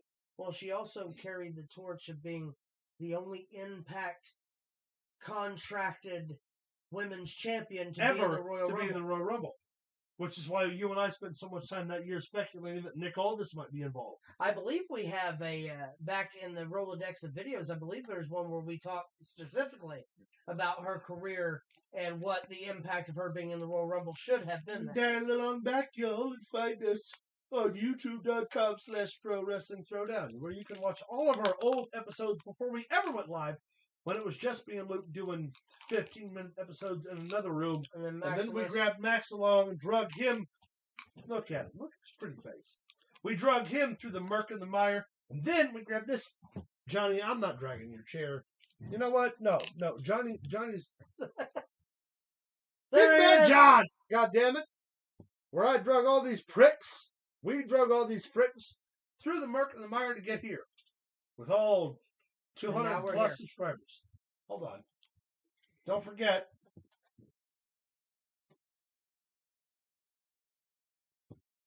Don't forget them. That is all crooked. It looks like you've I been don't drinking. care. and You've been drinking? Never heard of it. That being said, Yeah. Mickey James is great. Oh, Yes, fuck she is. yeah. Yeah, he did. He did. What did I do? that. Did I show you on camera, Sweet Tea? Yes, I did. You're welcome. Hit us with the next one, John. Hit us. Oh, that's my Of course, this being... I'm fat. Fuck you. Awesome Kong is also in this conversation. Well, multiple-time TNA Women's Champion. Went to the WWE. Was on Very briefly. Glow for Netflix. Was one of the prominent women's wrestlers in Japan in circa 2003 and 2004. We've also had the pleasure of working with her. Yes, She was great. She's very sweet. She's awesome. another honorable mention in the Rolodex of TNA superstars who made it. She owes me 3 cigarettes. I'm going to hold that to her. Buddy, you go tell her. Listen, I know you watch this show. You owe me 3 cigarettes. Just ask her if she remembers you. Do you remember you? Your hand's on my thigh. That was kind of weird. It wasn't my hand. All right. Well, we will continue the TNA talk next week Yes. with matches, Yes. promos, etc. But as of right now, it's that time. Is it? Yeah, it is. Well, we've done this for an hour and a half already. It's Yeah, time it for is. birthdays. And bullshit. Max? Take her away. I'd like to remind everyone that I kicked Luke's ass last week. I didn't. I only won by like one. Well, I don't. I think Luke did finally win. No. Did he? No, I think No, I he beat got me last oh, week. yeah. Yeah. So you continue the He's losing. he's lost like 6 weeks in a row. I'm the reverse queen sweep. What? I'm going for the win today. I'm getting off my losing ways. Buddy, I hope you do, because honestly, I don't know what's going to happen. All right, what we got first, Big Bad John? Come on. Let's take a look. All right, Maximus, what we got for Roman Reigns? Rock'em and Roman Reigns. Rock'em Raggins. Well, it's right there. Caleb. Go ahead. One You tell. You tell him, 1,000. Caleb. Yeah, Caleb, Roman you Reigns acknowledge the stands at tribal 1,000. I will not. He stands at 1,149 days as world champion, bringing him in the 3rd place, second only to Bob Backlund at 2,000. No. He's still in 4th place. Oh, 74. He's got a month. Less than 300 yeah. days. So he is in 4th. Hulk Hogan at 1,474 days, which Roman's definitely going to beat. Well, that'll be after WrestleMania next year. Buddy, that's like 30 days. That's like a month. My man, that's 1,149. Oh, 474. Yeah. You're right. Yeah. Well, which My means bad, if my he bad. was to take I was Hogan, looking at 1,100. I should. it would be around SummerSlam of next year. No, it would be longer than that. It'd be around WrestleMania next year. He'd have to go through this WrestleMania and next to break that record. Because no. SummerSlam. After this WrestleMania plus SummerSlam, Yeah. he could beat it by a few days. Yeah. That being said, Bob Backlund still reigns in at 2,135 days. And of course, Bruno Sammartino at 2,803 days, which is less than half. Calculate that difference. It's less than half than Roman Reigns' reign. It is about 900 days. Yeah. Yep. Mm, A little shy of 900 days. hold on.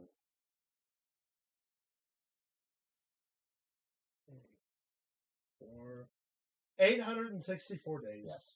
And but that's over 2 years more. I do not believe Roman Reigns is going to beat that. He's not going to beat Bruno's, but he'll beat Hogan's. Yeah. He'll definitely beat Well, Hogan's. like I said, if he holds out till SummerSlam next year, yeah. But I see him losing the belt this year at WrestleMania. I see Roman Reigns securing a solid fourth So you're place. thinking 1,500 days. Or not 1,500 days, sorry. About 17. Yeah. Okay. About 1,700 days. Right on. Yeah. That'll take Hogan's. All right, who we got next? Seth Franklin Rollins. Seth Cracklins. How long has Seth Rollins Seth been champion? Corkin. 149 days today. Seth Macaulay Culkin Jr. The third. Seth Rollins, of course, your reigning How many days? world heavyweight champion. 149. So we're getting on. We're About getting. 4 We're getting months? closer to the 200 day mark. Actually, 4.5 months. World champ, yeah. Who we got next? He's setting the bar. The man. My tribal chief. 499 days today, which means tomorrow on Raw will be his 500 500 days as the Intercontinental World's Heavyweight Champion. And I'm telling you, folks, don't look like it's ending anytime soon. The Unless my current numbers are wrong. is the current precedent center and current holder of the longest reign. You know who's going to win tomorrow? Gunther. You know who's going to wrestle Gunther tomorrow?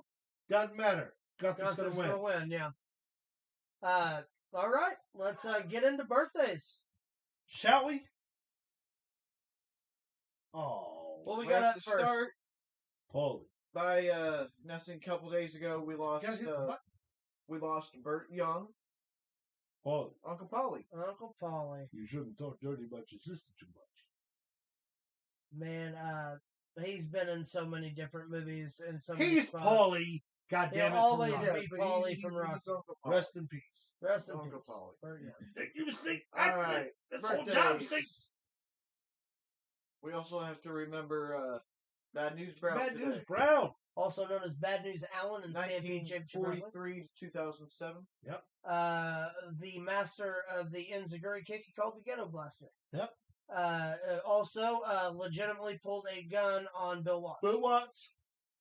Bill Watts' Infamously. life. Infamously. But I like that. Just. Or no, I'm sorry. It threatened Jim Cornette to shoot him with his gun. No. He threatened Bill Watts Was it too. Bill Watts? And then Bill Watts kind of just grabbed it and said, knock it off. Yeah. Rest in peace. Next up, we have his nephew. D'Lo Brown. Did you have to say that? Yes. I'll accept it. He knows the Aces and Eights shirt. D'Lo Brown was a member of the Nation of Domination and Aces and Eights. He's also an Intercontinental and European And European champion. All I remember was D'Lo Brown flying through the air. D'Lo And Brown, Windshield. Windshield. He's Current, up there. actually active agent, has been an agent producer for Impact for like the last 5 years. Part of the Nation of Domination. Was also randomly, for a brief time in the 90s, a tag team partner with Farouk before they paired him with JBL. Remember Yes. that? Yes. That being said, D'Lo Brown, 56. no, 47. How about 53? I knew it was there in the close. middle. Fuck you, fat man. Sorry. Love you. No, I know. Also today, I knew. Settle up or don't. That is Miss Taya Valkyrie. Who? John Morrison's wife. Yes. Impact. Excuse me. Derek held both European and Intercontinental championships at the same time. For a Yes, he very did. short amount of time till he gave Mark Henry the European Championship. Correct. Taya Valkyrie was in NXT for a brief time. Actually had a tremendous amount of accolades in Impact. Impact Women's Champion, Impact Tag Teams Champion. I'm sorry, Jeff Jarrett gave him She the was European also, I believe, AAA Women's Champion. AAA Women. Well, yes, AAA Women's Champion, and I think And also WWE. she was the She was the Shimmer International Champion. There you go. She is John Morrison's wife. 41. 42. How about even 40 today? Damn! No point. Thought I had her. Tomorrow. Oh, I can't stand her. Who the hell is that? Mrs. Corey Graves. That is Carmella. Carmella. Who the hell is that? Exactly. Two-time Money in the Bank I'm winner. kidding. I'm kidding. Two-time Money in the Bank winner, former SmackDown Women's Champion. Yep. Former NXT Women's Champion. Her stuff with the our truth and the dance break was hilarious. She also was with Big Cass and Enzo. What was their name? Big Cass, Enzo and Big Cass. No. Oh, that's a shame. Anyway, she was also with Sweet and Shin Music. What's his name? Half a Chin. Don't know. No idea. He got fired. Oh, I'm sorry, James Ellsworth. Thank you, Jimmy. The Jimmy guy, Ellsworth. two men with the hands in a separate fight. One man's chin, another man's attention for teenage company. Yeah, so enjoyed computer stuff. That being said, Carmella, 37? 36. How about 36? Yes! Oh, God damn it! Tomorrow. I heard job. you on that one. That's right. Let's do this more of these. I like that. On the 24th, Sweet Sapphire. we remember Sweet Oh. Sapphire. 1934 to Cody Rhodes, real 1996. Bus driver for Dusty Rhodes. And his inspiration in the entire run of WWE. Yep. He actually got her a job. Yeah. Sweet Sapphire will always be remembered for her tag match But with Do you know him why at she WrestleMania 6. outside of the Do you know industry, why she left WWF? What? I'm asking you. Oh, do I know? The contract was up, I guess. Ted DiBiase bought her, so she had, because she was such a good fan with Dusty Rhodes or whatnot. She didn't like it, so she quit.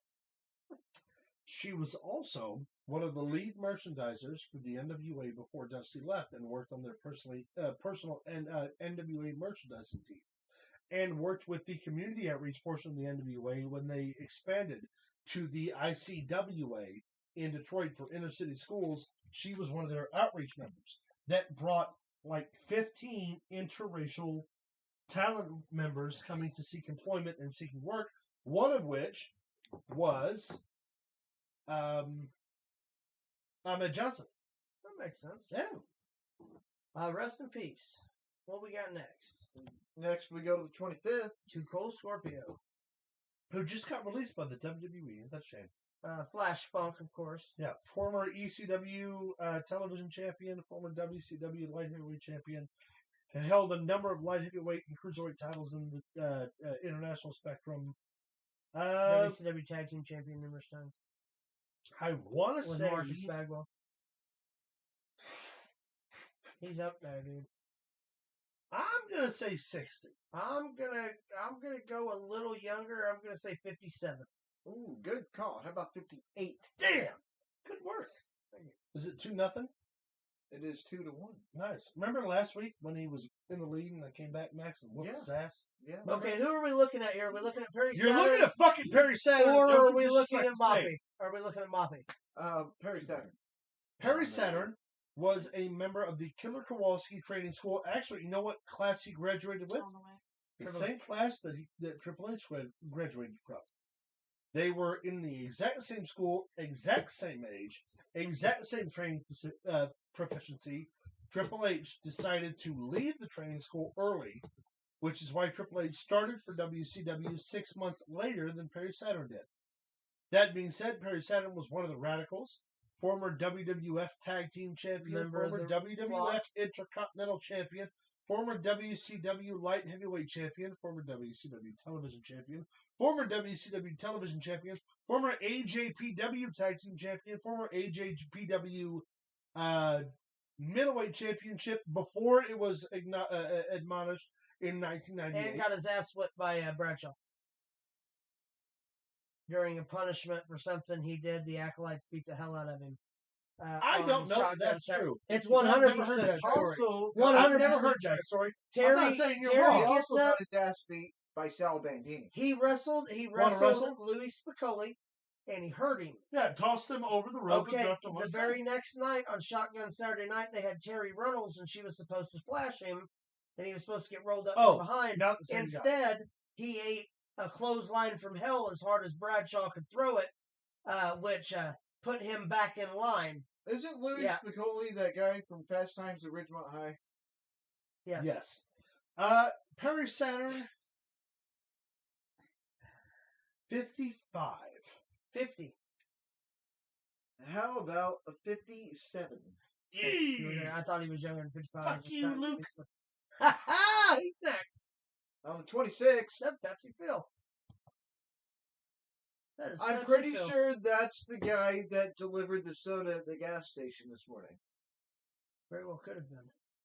Why don't you tell us about Pepsi Phil? I won't. You do it. Pepsi Phil CM Punk. Yeah. I'm gonna say he's. Don't do that. Do I have to do everything around here? What? For real? What? CM Punk, former WWE Tag Team Champion, former Ring of Honor Tag Team Champion, former Ring of Honor World Champion, former Ring of Honor World Television Champion, former AEW World Champion. I'm sure he did other things. Former ECW World Champion, former You know what he didn't WWE do? World Champion. You know what he didn't do? What? Pay his tab? He didn't bite a man. Well, no, he still did that. Yeah, he also didn't get a win over the Bucks. No? Or Kenny Omega. How old for is that he? matter. 47. 40. How about 45 on the 26? Damn, I was close. I was close. Who we got next? On the 20. No, it's on the 26. That is Taka Michinoku. Yes, it is. And Funaki? Well, no, No. just Taka Michinoku No, this yeah. time. Bullshit. Indeed. Taka Michinoku was half of Kai and Tai. WWF Light Heavyweight Champion. But before that was actually an AJPW World Heavyweight title contender from Pro Wrestling Noah and NJPW, wrestled in all three major companies.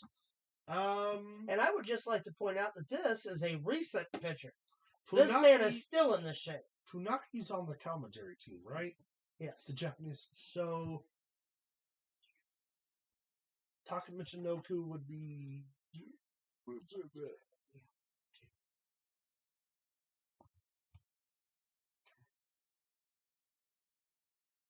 Go ahead, Luke. I'm going to say, respectfully, 48 years old. 49. How about 50 on the 26? Wow, he looks fantastic for 50. We've Love got about 4 more wrestling birthdays. Hell yeah. That is Mr. Harvey Whipple. Also Oh, known as 27. Downtown Brown. Downtown Brown. Was the manager for Kamala. He was the manager for Adam Bomb. He was the manager.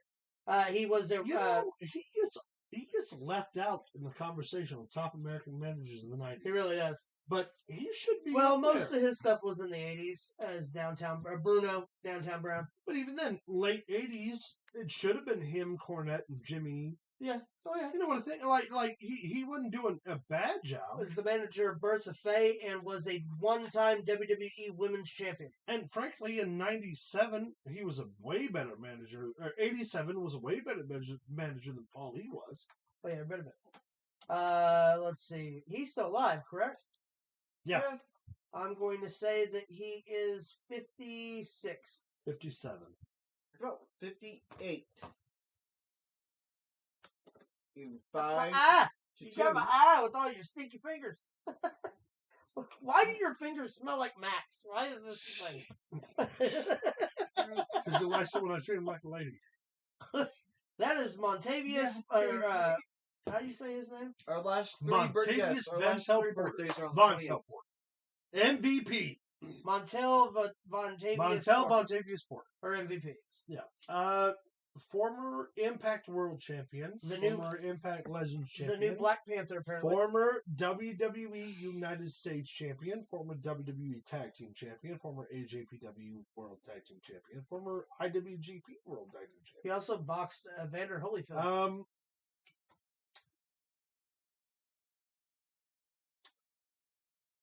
Sure. mm, 50. 51. How about an even 50? Yes. Nice. Yes, back in the game, Kim Sam. That's right. One more time. All right, let's do that. All right, what we got next? Also on the 28th. Miss Christy Hemme. Okay, all right. Something happened. My first true What love. happened? My first true love, Luke. Something There she happened. is. There she is. She's I looking don't know what's She's going on looking here. at me. What am I supposed to do? Let me go first. Christy Hemme won the inaugural WWE Diva Search Well, she did, in didn't she? 2005. She also In that time, secured a recording contract, an acting contract, and then took those contracts over to TNA, which, weirdly enough, Impact was the only company she worked for that actually used her recording contract. well, she was also on issue of Playboy. Yeah. While still in the WWE. Damn. 05. Almost 20 years ago. In her 20s. I'm going to say 46. 47.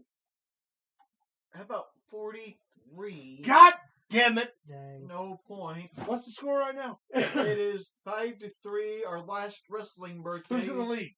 You are. Our last wrestling birthday is also on the 28th. Fuck him. Oh, Who's that's this? your favorite. Ricky Romero.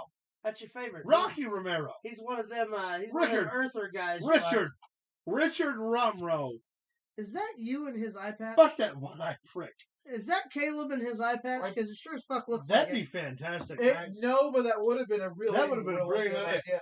Had I known that you hated him or had a problem or whatever, I would have totally. Richard done that. Romero and I have met a couple times. Yeah, at the Flat Earther convention. Well, right? we're not fans of one another. That being said, he's not a flat earther. He is a Lizard people believer? Triangle Earther. no. He's a flat. Yeah, he's a flat. I was trying to be nice. Fuck that white prick. That being said, the one I legit. Rocky Romero is 33. 34. How about 41? Damn. I got the Rocky Romero for you. Good for you. That's 5-4. Caleb's lead going into celebrity Bitch. birthdays. All right. So I'm today, sorry. I didn't mean to do that. You're being very abusive. I'm being very aggressive. You know what, Luke? You're a very dangerous person. Luke, You should stop that. Hit me. No, I'm not going to hit you. No, come on, I'm come not on. going to be that Come guy. on. I'm Come not on, going to give be it, that guy. give it back. Give it back. Come on. Hit. Thank you. You're welcome. we Who have, we got next? we have two of my favorite birthdays Oh, today. I love this guy. Jeff Goldblum. He was a fly, you know. He was in the flight. Also, Save the Earth. was in a movie, a very obscure film in the 90s. Almost like an independent film. Yeah. Independent film had no budget. Something about a dinosaur museum. Mm-hmm, Yeah. Oh, I was talking about that other Yeah. independent movie. There was almost no money about it. Frankly, terrible movie. Did it take 9 months to make? Super low budget. Jeff Goldblum and I think a statue of a T-Rex. Mm-hmm. Oh, see, the one I was talking about was him and some guy named the Fresh Prince. Was the independent film I was thinking of? Oh, the Independent Day film. yeah. yeah. Independent. So Day. there was that one. There was that. Well, let's be honestly, I don't remember many more movies he was ever in. 9 months. Wasn't he in a movie with Chris Hemsworth? Yeah, recently? yeah. Sore. Yeah. Yeah. Well, because of her. Yeah, because it hurt. Yeah. He does have a show on I think it's a History Channel maybe where he goes around and different places. And He also sells Well, hotels.com. well, Don't he? he's actually a really. He If did. you've never Well- watched anything about him, if you don't know anything about him, he's actually a really interesting individual. Yeah. He plays He- a jazz musician. He was also He was a chef. he was in 2 dinosaur movies. Spaceship. He was in 3 dinosaur movies. Apparently, he really loves dinosaurs. He does. 4. dinosaur movies. Yeah, there were the two he was in, back before dinosaurs were, even real and popular and awfully low budget, and frankly, no one ever thought about it. And then I guess they made a sequel to some Maybe, of them, and he was involved. I don't remember it, though. It got lost. The Jeff Goldblum is Fuck, I don't know. 79. The fuck? Damn. 65. Fuck him. how about 79. 71? Yeah, fuck today? you, prick. Happy birthday. I only make fun of the Jurassic Park movies because I have to watch them. Actually, the only one time. the only one that he's not You watch doesn't them have all the some part time. in is the third one. Gotcha. What? The only movie that he doesn't have some sort of visual part in is the third one. He's not featured in Jurassic World. Yes. Yes, he The is. first he's not. one. The first one. Yes, he is. There's an on-air lecture Yes, of him yes. on That's the the screen. Watch screen. the second one then. Yeah, It's no, the- the fucking It's the you second come one. for me about It's Jeff the Goldblum with second dinosaur. one, then. Excuse me. Uh-huh. Excuse me. He defeated aliens, you know. Yeah, he did him in the first No, one. Will Smith and All right. that other guy. Here's the next Also one, John. today, another really unique Oh. individual.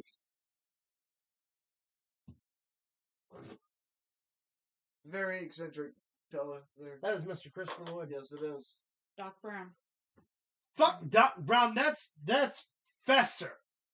That's Fester Adams. That first off, that's Doc Brown. That's Can not you even I close. don't give a fuck Can about. you name all those pictures? Well, I know Taxi is the one with the red in the Who background. Framed Roger Uh-huh. Rabbit? Star Trek. Mm-hmm. Who Framed Roger Rabbit? That's just a candid photo. Star Trek, Adam's Family. However, I bet you dollars to fucking donuts. That's Adam's Family Values. Yeah, that's the second one. Yep. Yeah, you're goddamn right. You're Taxi, exactly right. and that is just a candid picture of him right out of college. I think. Yes. Does it look to me? Yeah. How old is Fuck he? you. Go ahead and finish that. Christopher How old- Lord's still alive. Now, how old is he? Christopher Lord. Today. Hold on. I think I may be able to do this. You can't use your phone.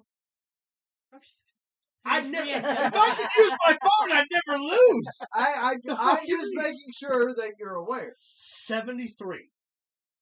74. How about 85 years God old damn it. today? That hurts me. Because That he's didn't gonna hurt die. me. I got it right. All right. Ah! Is it tied now? No, it is 5-6. Caleb's lead. You're Tomorrow. goddamn right. Daddy's in the lead. Ryan Reynolds. Fuck him. Fuck him and the horse he rode in on. Deadpool. He is not that funny. I don't really care for him. Deadpool's great. Here's my thing, and this is coming from if anyone watches this channel, it's really easy to be funny if you can just make errant dick jokes.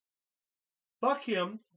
Fuck him. He was Fuck good him. in School Life. I actually really like I Ryan like Reynolds. school. I And think he's I great. think he's rather hilarious. I think he's One great. of my favorite In roles 2 is in movies. Blade Trinity. This picture is from him interviewing himself. Hold on. Blade Trinity, right?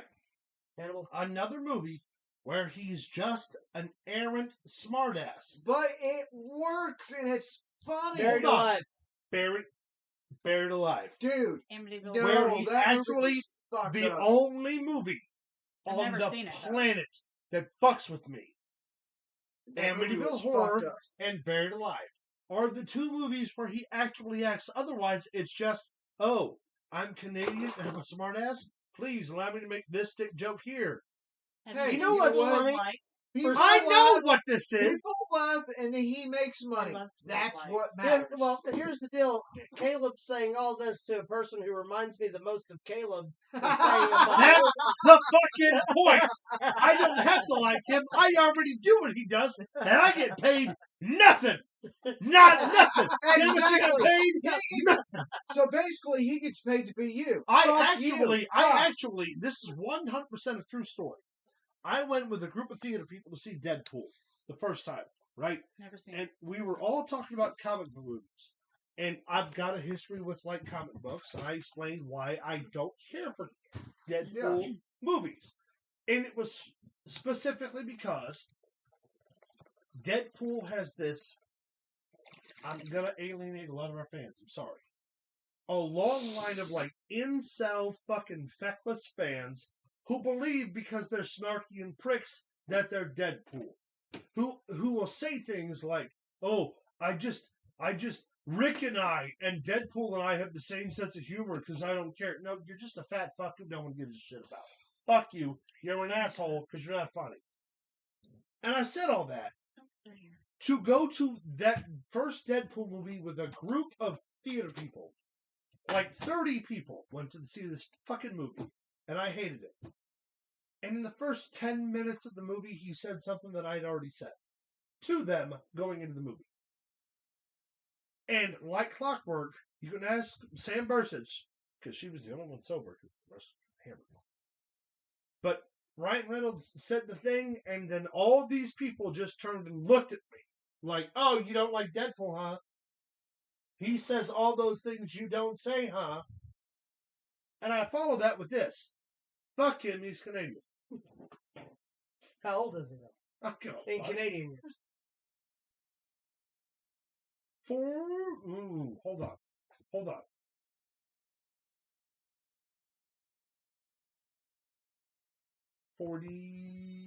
46. 47. How about 47 tomorrow? Oh, god damn it! Good work. Proud of you. Proud of you. On I the know you are. 24th. Stop hitting me! I'm so proud of you. Oh, are we still talking about Jurassic Prick? Speaking of Jurassic Prick? that is B.D. Wong. B.D. Wong Yeah, it is. was also in Law & Order. He also is actually in, I think, almost every single movie except for the third one. Is it Law & Order? Yes. And he Law & Order Yes. may have Yes. even had a part in somewhere in the third one. I'm not Asian positive. scientist. They mention his name in the third one, but he's not actually in it. There you go. Thank you. You're welcome. Any Jurassic Park knowledge you need. 54? 50. What did you say, Caleb? 54?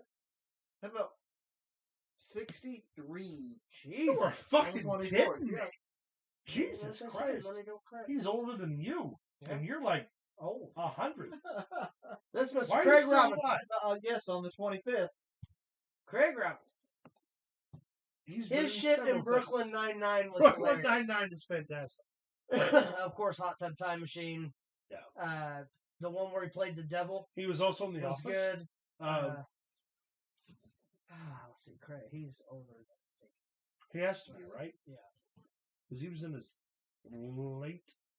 I want to say late 30s, early 40s for The Office, and that was still quite a while. 15 years ago. 51. 52. How about 52? Oh! Ah! Ah! Sorry. You know what? I didn't mean that. I know you didn't. I apologize. That was super aggressive. That really was. I'm sorry. No, that's okay. Sorry. No, I forgive you. Hit us with the next one. Also on the 25th. Is that Emily Blunt? That is Katy Perry. Oh, You dumbass. She kissed a girl, and by God, she liked it. And then she slept with Russell Brand for some ungodly reason. she said several songs. I am certain that other people have listened to them. I would love to be the guy who is the champion for Katy Perry. But I'm ill-equipped to do that job. And yet, he'll tell you all about Taylor Swift. No? He's a big Taylor Can't do Swift that. fan. I've heard that he's a big Taylor Swift fan. Katy Perry You deny it now. did We have video footage of him. Just saying. what's the one I gotta song find that. I know she did that I like? Kissed the girl and she liked it? No, not that one. Roar? No, California Girls? no, No. Dark Horse. no. Californication? What's the one where she's an alien? What's the alien song that she does? Oh, Hold on. extraterrestrial. That's the one. Only because it says extra testicle. I know it. Hold on. I've heard that song, and I would like to think that other people did too, and other people enjoyed it. That being said, as attracted to her as I am, and let me preface this in a very adult way, very attracted to her. I could not fucking begin to tell you how old she is, so I'm going to take a nice round guess and say 34. 35 just because she's older. How about 39? All right. It is Well- still 8-7. Then We why got, was she we playing still I got a Kissed few, a though. Girl and I Liked It to kids who are in middle school? That's Gross. assault. Is what that is. Alright, let's go to the 26, Jen. All Who's right. Who's winning right now? It is 8-7. Who's lead? Your lead. Aha! Fuck you. Carry Well, on. we still Carry got on. a decent handful. He was in several films that I've seen. He's in The Princess Bride. Yep. Robin Hood, Saul. Men in Tights. Is He's that? Tights. scared of the Yeah. claw. I started saying, is that? Hold on, no, I set that up deliberately for him. Is I that know. the movie you remember him from? No. You prick. Liar, Who liar. is he? 100%. Thank you. He's the Dread Fletcher. Pirate He's Robert. pirate. Fuck the dread pirate pricks. Fuck him. He was sleeping with Jim Carrey's wife. Huh? Ah, Ah! like her, my My wife. wife, Jerry. John wife. Prick. Fuck. He was also DeVoe in Psych. He's been a He's lot. in Bram Stoker's He- Dracula. Actually, Yeah, really He's good. one of Keanu Reeves' sidekicks. He plays a really good, like, psychopath type character. I can't remember what the fuck that was in. But Well, his son It was Saul is- liar. That's what I said. no, Fucking crazy that's guy. not- You're scared of the claw. You're scared of the claw. Fuck no, that guy. that was scarier. His name was Jerry. Princess Robin Hood Men in Tights. Of course. Because Greatest yes. we're men in tights. Tights. They were manly men. Yeah. How old is he? Forest looking for fights. All I can say. No. No. No. I'm Say going it, to Lincoln. say Cheerios. 64. What? Hold on. Before we do that, wasn't there another like sitcom he was on? Maybe I'm wrong. I think he had like He's been on a TV few. He's been on a couple. sitcom. He was on a couple TV shows, but I can't Yeah, remember I what. can't he think was. of. Yeah. I do believe Anyway. he made an appearance on an episode of Jerry Seinfeld. He was on Psych a lot. Psych. Yeah, that's okay. He was a Nice master one. thief. All right. on What's your Psych. guess? I'm going to say, I already said 64. 65. I think he's older. How about 61? Damn. Yeah, it was close. No point. Who's still in the lead? Not Luke. Not me. Next. Also, No, no. 26. Fuck you. Oh, Say go, my. go, Hold on. go, to the Fuck next, you. go to the next one, John. Say go my to, name. John, go to the. Say my Yeah. name. No, Say it to the people. Kunta Kinte. Say it to the people. Take home a sack. to the people.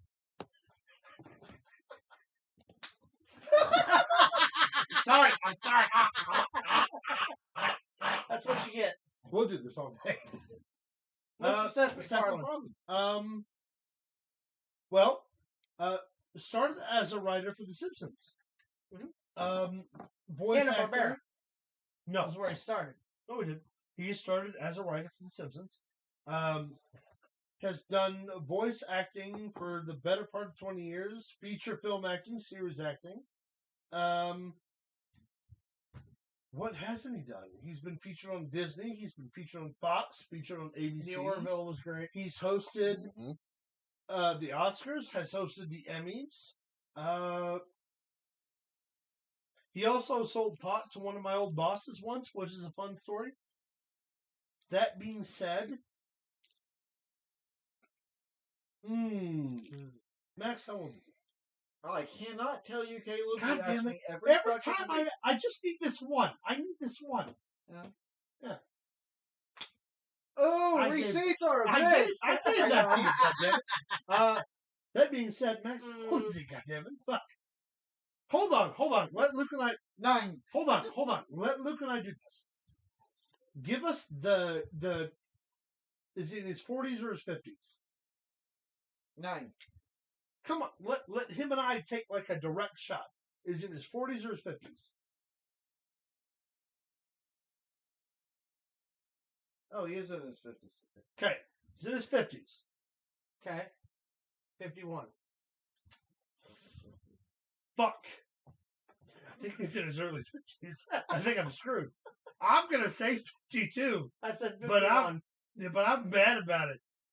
Well, I'm going to say that you're both wrong because he will be 50 years old on the 26th. God damn it! Damn it, Caleb! You tried to get us one, man. I'm Sorry, just trying I to help. appreciate it. On the 27th. Oh man, I'm sad now. Yeah, it's John Cleese. Why are you sad? Because John Cleese acknowledged his retirement last year from comedy, from acting. That's what it. Yeah. I knew there was something about him. I couldn't remember what it acknowledged was. his That's what it retirement was. from comedy, from acting, and basically said, the only thing I have left to do is go home and die. Which he actually meant in a very, like, altruistic way. in a He good was way. like, the only thing I've got left to do is go home and die. I've done everything, but I'm out of the public eye. Yeah. Which wasn't entirely true because last year he also shot a documentary with the other... What was his name? The dad in Boondock Saints. Billy. Either way, Yeah. they had a comedy special that released last year. Was their like mutual because they're best friends. Yeah. That was their last like ever released to the public comedy special. That being said, John Cleese, 83, 84. John Cleese will be 84 years Damn. old almost had him right. That timing? on the 27th. So what are we? We're Yes, tied he now? does. We're tied now. Tied with 1, 2, 3, 4 left. 4 left. That's On the Miss Julia 28th, they're Roberts. all Man, in the- she's a pretty woman. They're all on the 28th. No, she's a pretty woman. Julia Roberts. Totally a pretty woman. No. You know, she would have been a pretty woman if her Mona Lisa didn't smile as much. Could be. Well, yeah, it could only Oh be. my god, that's the it could only be exact reason because why she my was mom never never with liked her was her mouth. Well, you know, she ran away with She's an prettier officer. than Kira Cedric. Well, she cheated Yes. because she ran away with an officer and a gentleman. She was a That runaway likes bride. gerbils up his butt, apparently. Was that? And she went to her best friend's wedding. She did. She did. She went to You the watch best all friend's the movies my mom loved. wedding. And Yeah, then she also prayed went and to loved. Neverland. And she eat, prayed, and loved. Oh, she was. One of my favorite often- roles. I often forget. Well, when I think about Hook, I think about Robin Williams and Hook. I never remember that she's Tinkerbell. Yeah. Yeah. Sean James, baby. All defensive tackle, baby. Georgia State Bulldog. Anyway, Anyway, I'm Julia going to Roberts. say she's 64 years old. no. 50. How about 56 Fuck you. on the 28th? Next. I got really excited about You that. did. I had to dial myself back. I'm sorry. See, 3 left. Oh, fuck this idiot. Joaquin Phoenix. Johnny Cash. No, we Signs. should have just said Signs, yeah. Joaquin Phoenix and left it. Well, he is the Joker. He was the Joker, he was in Signs, and he played Johnny Cash and Walk the Line. Had the famous He sibling. was the dickhead that Russell Crowe killed in Gladiator. No. Yes. Different actor. No, that's No. Joaquin Phoenix. Is that it? was Joaquin Yeah. Phoenix. Yes. Wait, Yeah, I'm yeah, thinking of I know. Troy. Don't ask me about my Gladiator no, movies. I know what. I'm thinking of In Rome. What in Rome? Yeah. Do what the Romans do. No, it's In Rome's the same guy who plays the dickhead in A Knight's Tale. Oh, that dickhead. That Oh, we're prick thinking of who him. plays another Yeah, Roman no, prick. it's not him. Yeah. Not him. What the fuck is his name? I How can't come he remember- never? I can't remember. We've what done the this, fuck I am hold on. right now. We've done this show for 4 years. Brick has never shown up on any of our episodes. Yes, Ever. he does. Has When he? his birthday Has he? I don't Every- remember. every Fuck him. year. Fuck the bad guy from Every- A Knight's Tale. Every No one's single asking you. year, Fuck Caleb. him. Fuck the bad guy from A Knight's Tale. Fuck you, I take in your point away. Knight's Tale? You can't do that. I can. I got the pin. No, he got him I confused. can. with I the can guy mark who it was. right out. Oh. It's I'll like, do it. So how old's Um, Joaquin Phoenix? Ooh, good question. Well, gotta start with not technically the Brat Pack. The what are they called? The Hollywood, like the Six Bunch. Something like What that. the fuck Bad they were? boys? They had a super weird nickname. Did it have anything to do with his age? No, actually, none of them had. You Well, a little fuck. bit. I'd like to say 50s, but I have to remember too that River was, I think, 5 or 6 years younger than him. And River and Johnny Depp were best friends. Yeah.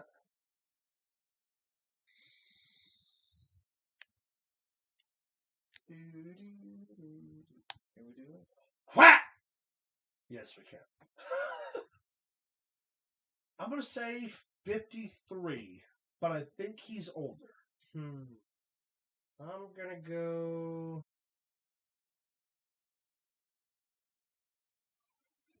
47. How about 49 on the 28? I thought Yes! he was way Tied it older. back up. Oh, so you know it is- what? River would have been older, Yeah, right? no, the River old- was younger. okay, well then who Because he was the my one that pick was up? in Stand By Me. Maybe it's a Tied- fucking prick from the Night's Tale. Tied with 2 left. Two Nice, left. here Let's we do go. this.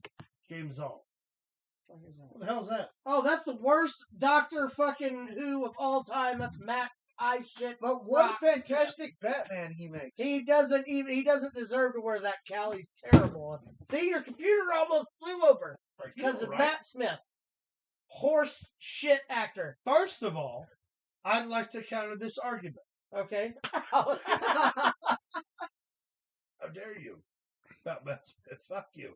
Also, I would like to publicly acknowledge that I was wrong. I have talked so much shit about there being a Good Omen season 2, and there's been a Good Omen season 2 on Amazon for like a year. Yeah. So I apologize Yeah. to you. Yeah.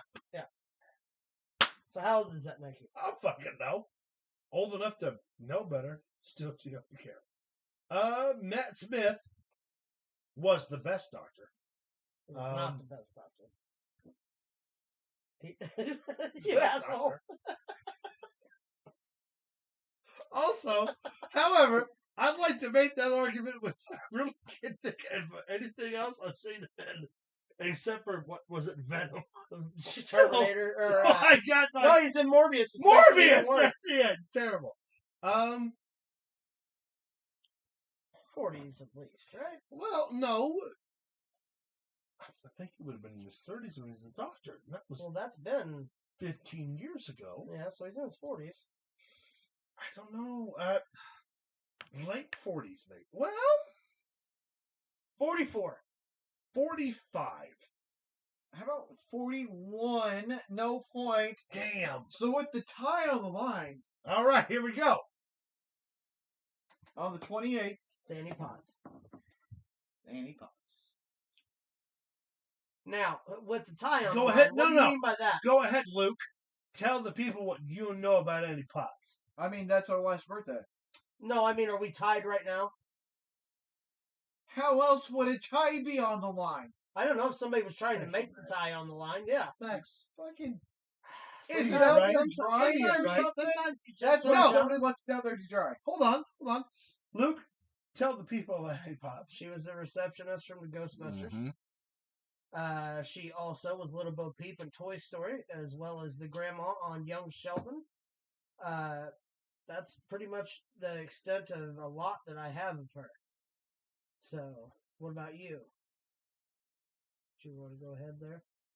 Andy Potts was nominated for a Tony as the alternate I don't listen to hip hop. for the receptionist in Little Shop of Horrors on its debut Broadway one. Was Rick Moranis You in it? fuck. Yes, he Right. was It's right. on the first stage. It's there. literally there. There's a. She was nominated for a fucking Tony. You cuck. I don't listen to hip hop. All right, how old is she? That's a good question. Sure I'm is. going to say that she's every bit of 68.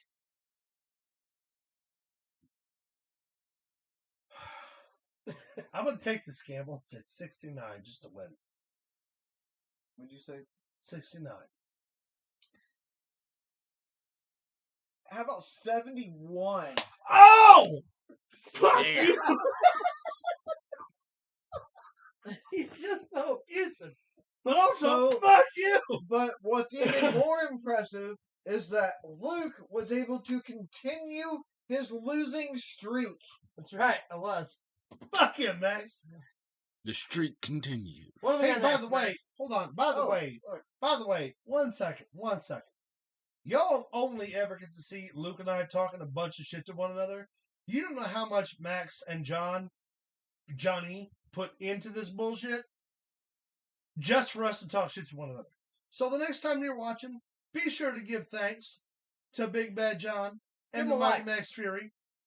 Like, subscribe. Appreciate that thing. You're welcome. Well, thank You you. know what? Thank you. Yes. Every week I You win. all, you all can thank us by whether you want to watch us every week or not. Just hit that subscribe button. When it pops up, you can hit ignore. I don't care. Just hit the subscribe button. Do it. Also, can I offer this idea? Ah! What's next? You're Right welcome. on. No! Thank the people. Luke. Thank you, people. Who's, Oh, look, that's who's a new Rick? pair of shoes. That is a new pair of shoes, yes. There may be pictures shown in here. I can't remember. Wonderful. look. There's a better picture.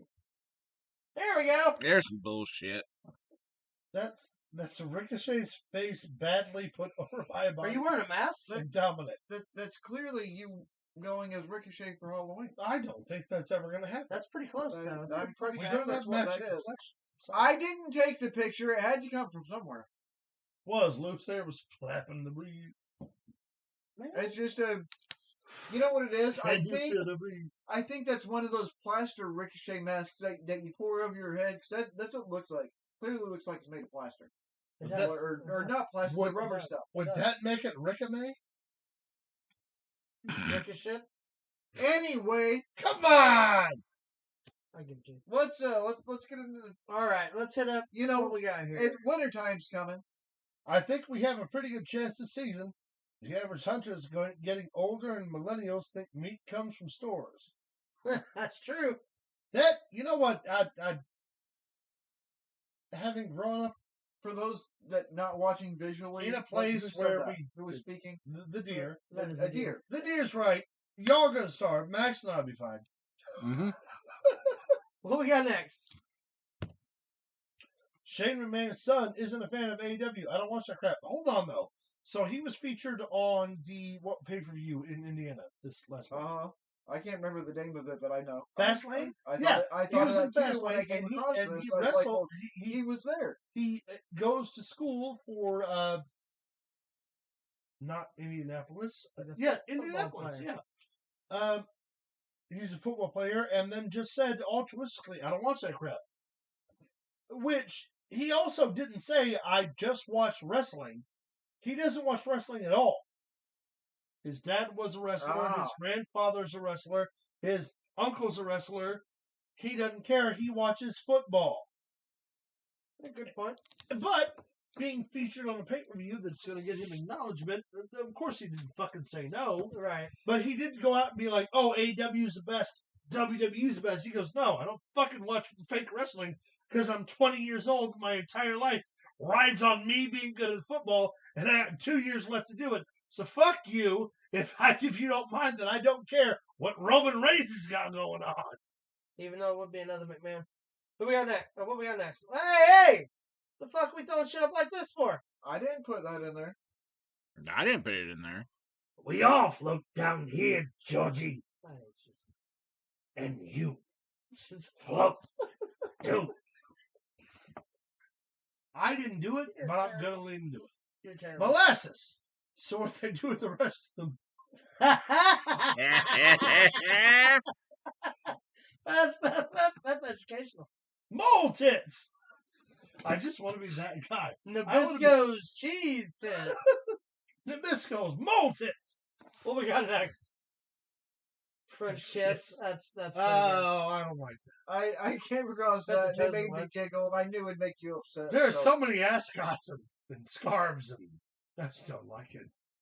The things you come across on the internet. Well, normally I just What we call got it a here? towel. Shepherdston, West Virginia, It's Airbnb true. host Will Sutherland said, building a tree house he can rent out allowed him to quit his job and work from home. I built an Airbnb tree house in my yard. I charge up to $250 a night. Oh, don't make me do this. Oh, Don't yes. make me do this. Go for it. We gotta build little mini cabins and rent them out. Okay, And because they're in a treehouse, they're literally I'm very B&B. supportive of the open economy when it comes to housing. But if you buy a property specifically to make it an Airbnb, Luke, please stop me before I go crazy. Hit us with the next one.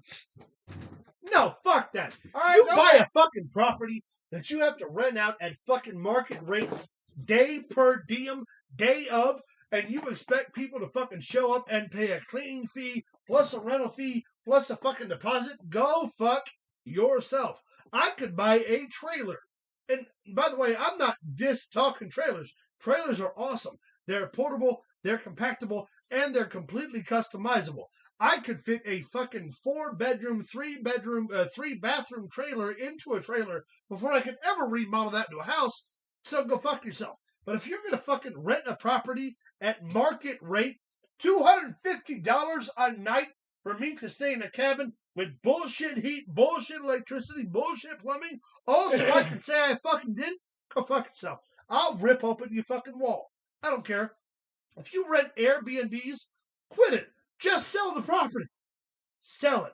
Use the market revenue from selling the property to buy another property. If you want to make money off of people, fucking make it off of wealthy people. Well, and wealthy people are the only people buying houses. Go fuck yourself. Well, then when they save their money, they can buy this nice new tie-dye pro wrestling throwdown yeah, workout. at ProWrestlingThrowdown.com. We actually have a brand new pair of You know what fucks? matching capri leggings.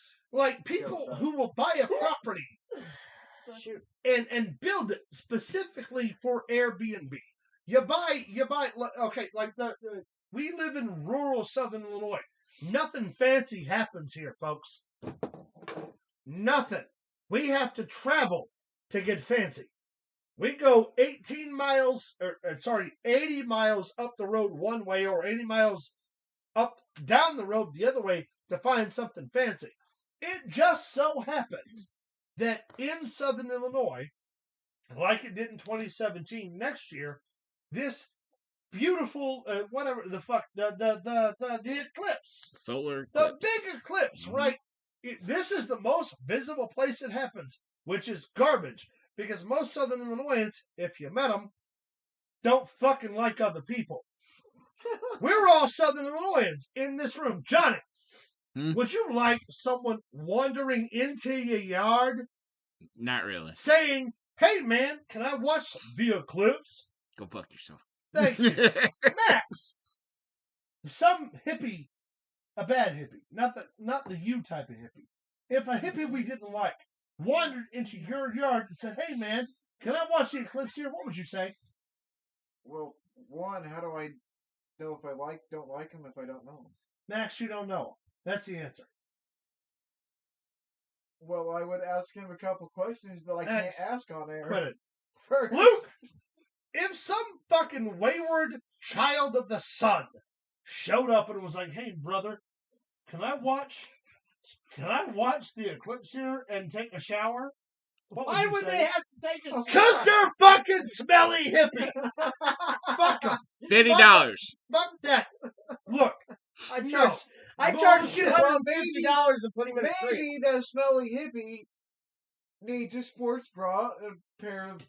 I know where they can Fuck find one. that. Fuck that. You do not. If you're a Southern Illinoisan and you want to watch the eclipse, watch it from your house. If you're not from here and you want to come here and watch it, here's my recommendation. You can do one of two things. One is fuck off.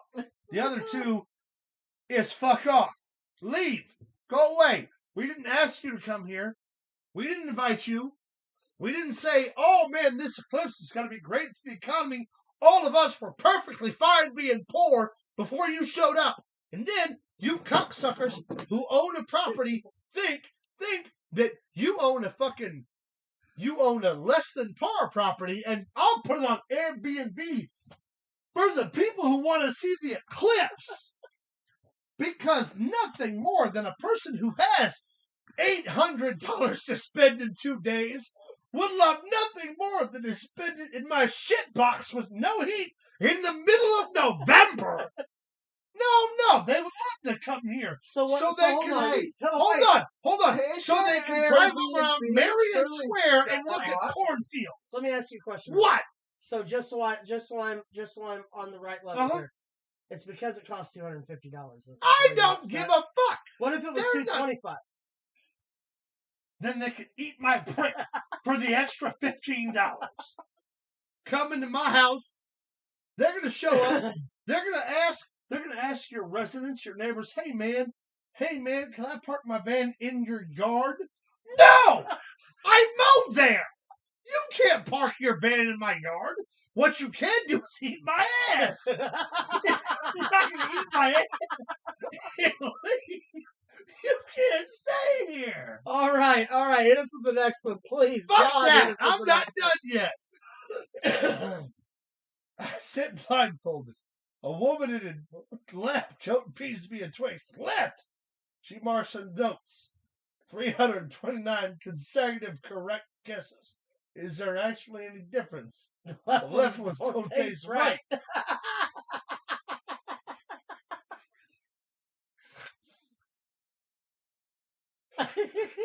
The problem I have with this is that it's a math joke, and if you weigh math against one another, the left ones don't actually taste right. But it's right. The subjective of the angle. And That's what the next one, please. What do you call a reef made out of $100 bills? Aretha Franklin's. Nice. I would like to personally apologize. To who? Aretha Franklin? She's okay, trust me. I would apologize. You got one of those phones? She was not That's offended some by long that. distance phone calling, bro. I was going to apologize, but she didn't see it coming. Neither did Ray Charles. That's messed up, man. Why you gotta talk about Ray Charles Yeah. like that? He's Fuck. still alive, you asshole. But he's No. Oh, I'm sorry. The fuck? What do we got here? Oh, I came across this somewhere on the internet. I can't with this. This is too good. A group of Miami fourth graders were terrified by the new semi-parody slasher Winnie the Pooh, Blood and Honey after it was inexplicably shown in class. First Fourth off, that graders teacher needs a high five. distraught after Winnie the Pooh, Blood and Honey. Why would you show a show called Blood and Honey to children? No. I don't care that you did it. I care that in fourth grade, you didn't explain to them why. Right? He didn't get fucking frustrated after teaching years of fourth grade. Going, you know what? Fuck these kids. And just put it in. And then at the end of the movie, he goes, you know what? You weren't quiet during my dissertation. So you have to watch this. No. He just let them wonder. The movie ended, and he goes, all right, kids. See you tomorrow. Maybe. And these kids, these children go home thinking, what the fuck is he going to do? And they show up, hey, Mr. Todd. Hey, kids. Want to read? And he reads a perfectly normal book. And he reads the entire book. The entire school year. Every single day, these kids wake up and they're shaking. And they're shorn. And every single day they sit down and they're worried. And every day Mr. Todd goes, hey, kids, it's okay. Until the last day. Which is when Mr. Todd finally finishes the book, Max. And all he does is, and that, kids, is what happened to Christopher Robin. Who?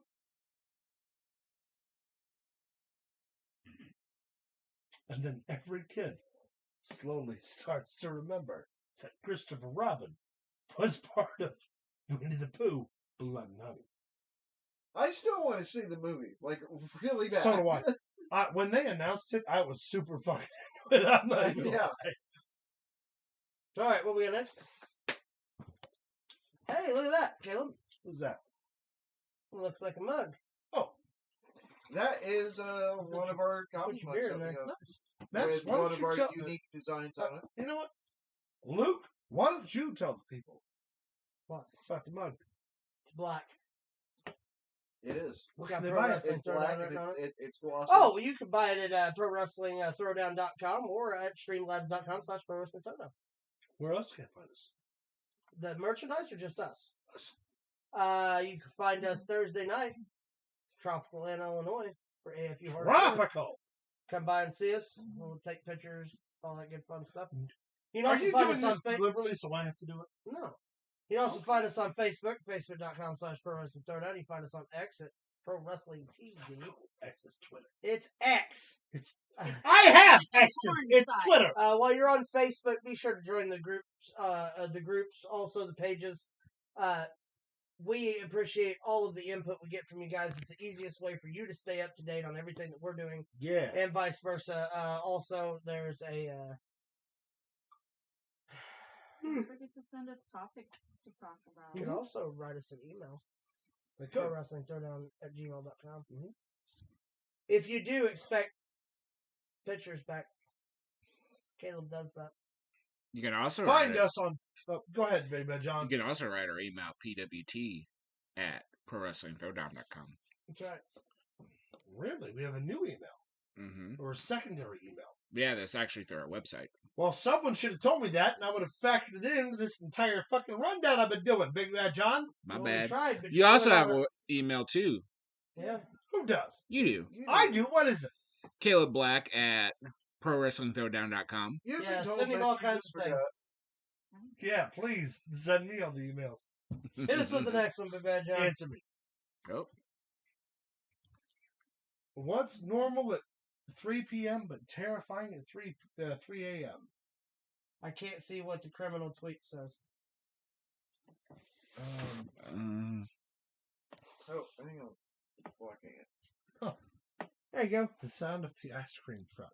Fuck, that's right. Yeah, normal Yeah. 3 If I'm p.m. in bed at terrifying 3 a.m. and yeah. I hear a fucking ice cream truck, I'm grabbing the rock Well, salt first off, shotgun. I'm going to grab some change because I Yeah. like ice cream anytime. Well, yeah, I but yeah. I'm not disqualifying the idea that someone could be selling ice cream on my block that late, but I'm not walking up to that truck without a hammer in my hand. Well, that's also true. Yeah. That's just safety. If- That's, You get $1.50 or a bump in the noggin. Your pick. Either way, I want a bump pop. That shit is not Make with those $1.50 no Choco more. Tacos, motherfucker. It's like $6.50.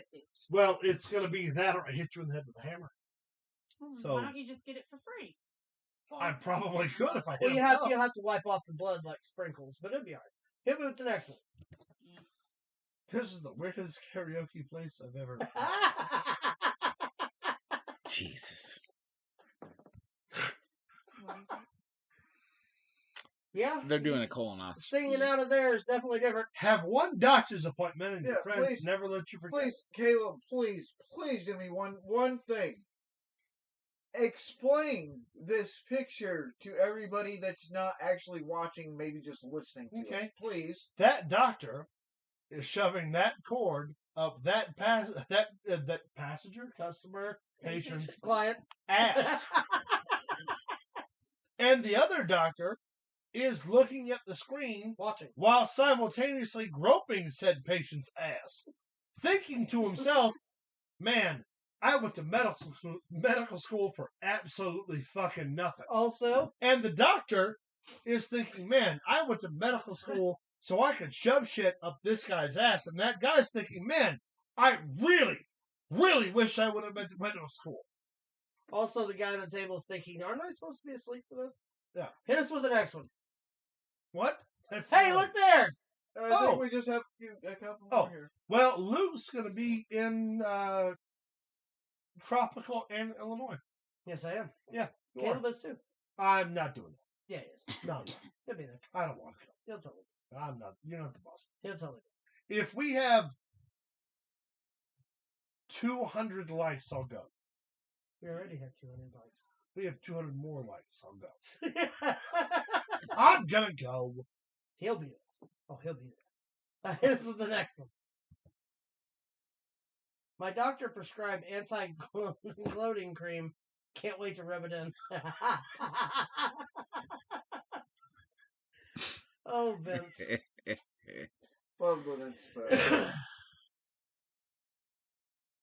Tales from the Turnbuckle. Be sure to check out on all the back episodes of Tales from the Turnbuckle. We're going to be coming back with some new shorts, some new videos, and some new stuff. Stay tuned.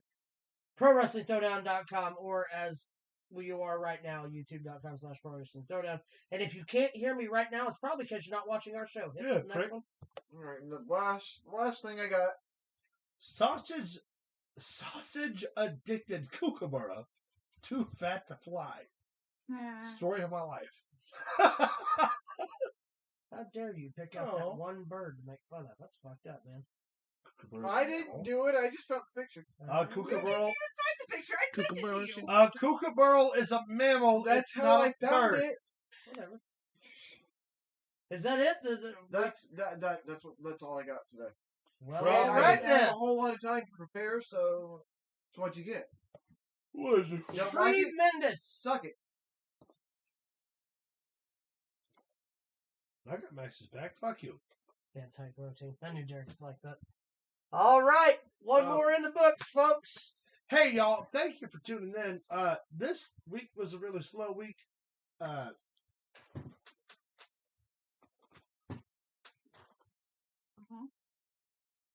Yep. And frankly, fuck them. No, we didn't have a lot of stories, but thank y'all for tuning in. Don't forget to find us on Facebook at facebook.com/ProWrestlingThrowdown. You can follow us on X at ProWrestlingTD. You can send us an email at ProWrestlingThrowdown@gmail.com. You can follow us on TikTok at ProWrestlingThrowdown1. You can also find us on streamlabs.com/ProWrestlingThrowdown, or you can find us on our official website, which is ProWrestlingThrowdown.com. Where you can access the merch store. Merch. That being said, I'm Ted You Betcha. You know, I think I like it better when Luke does it. Oh, do you? Yeah. Well, when Luke remembers it, Well, hold Luke on. can do it. Hold on. I would also like to say, be sure to join us next week for more TNA talk. Yeah. We're going to go over some greatest, our favorite TNA matches. Yeah. Going to have a whole bunch of stuff. Hopefully by then we will have more matches announced for Crown Jewel. We'll be able to take our picks for that next week. And Max is going to hit a growth spurt. See, when Luke's talking, he just has so much more delivery. Yeah. Well, It sounds delivery, so I much get better. a lot of delivery. I take that back. It's not delivery, Max it's enjoyable. actually may be shorter by the end of the episode. But as always, from us to y'all, keep it in the ring.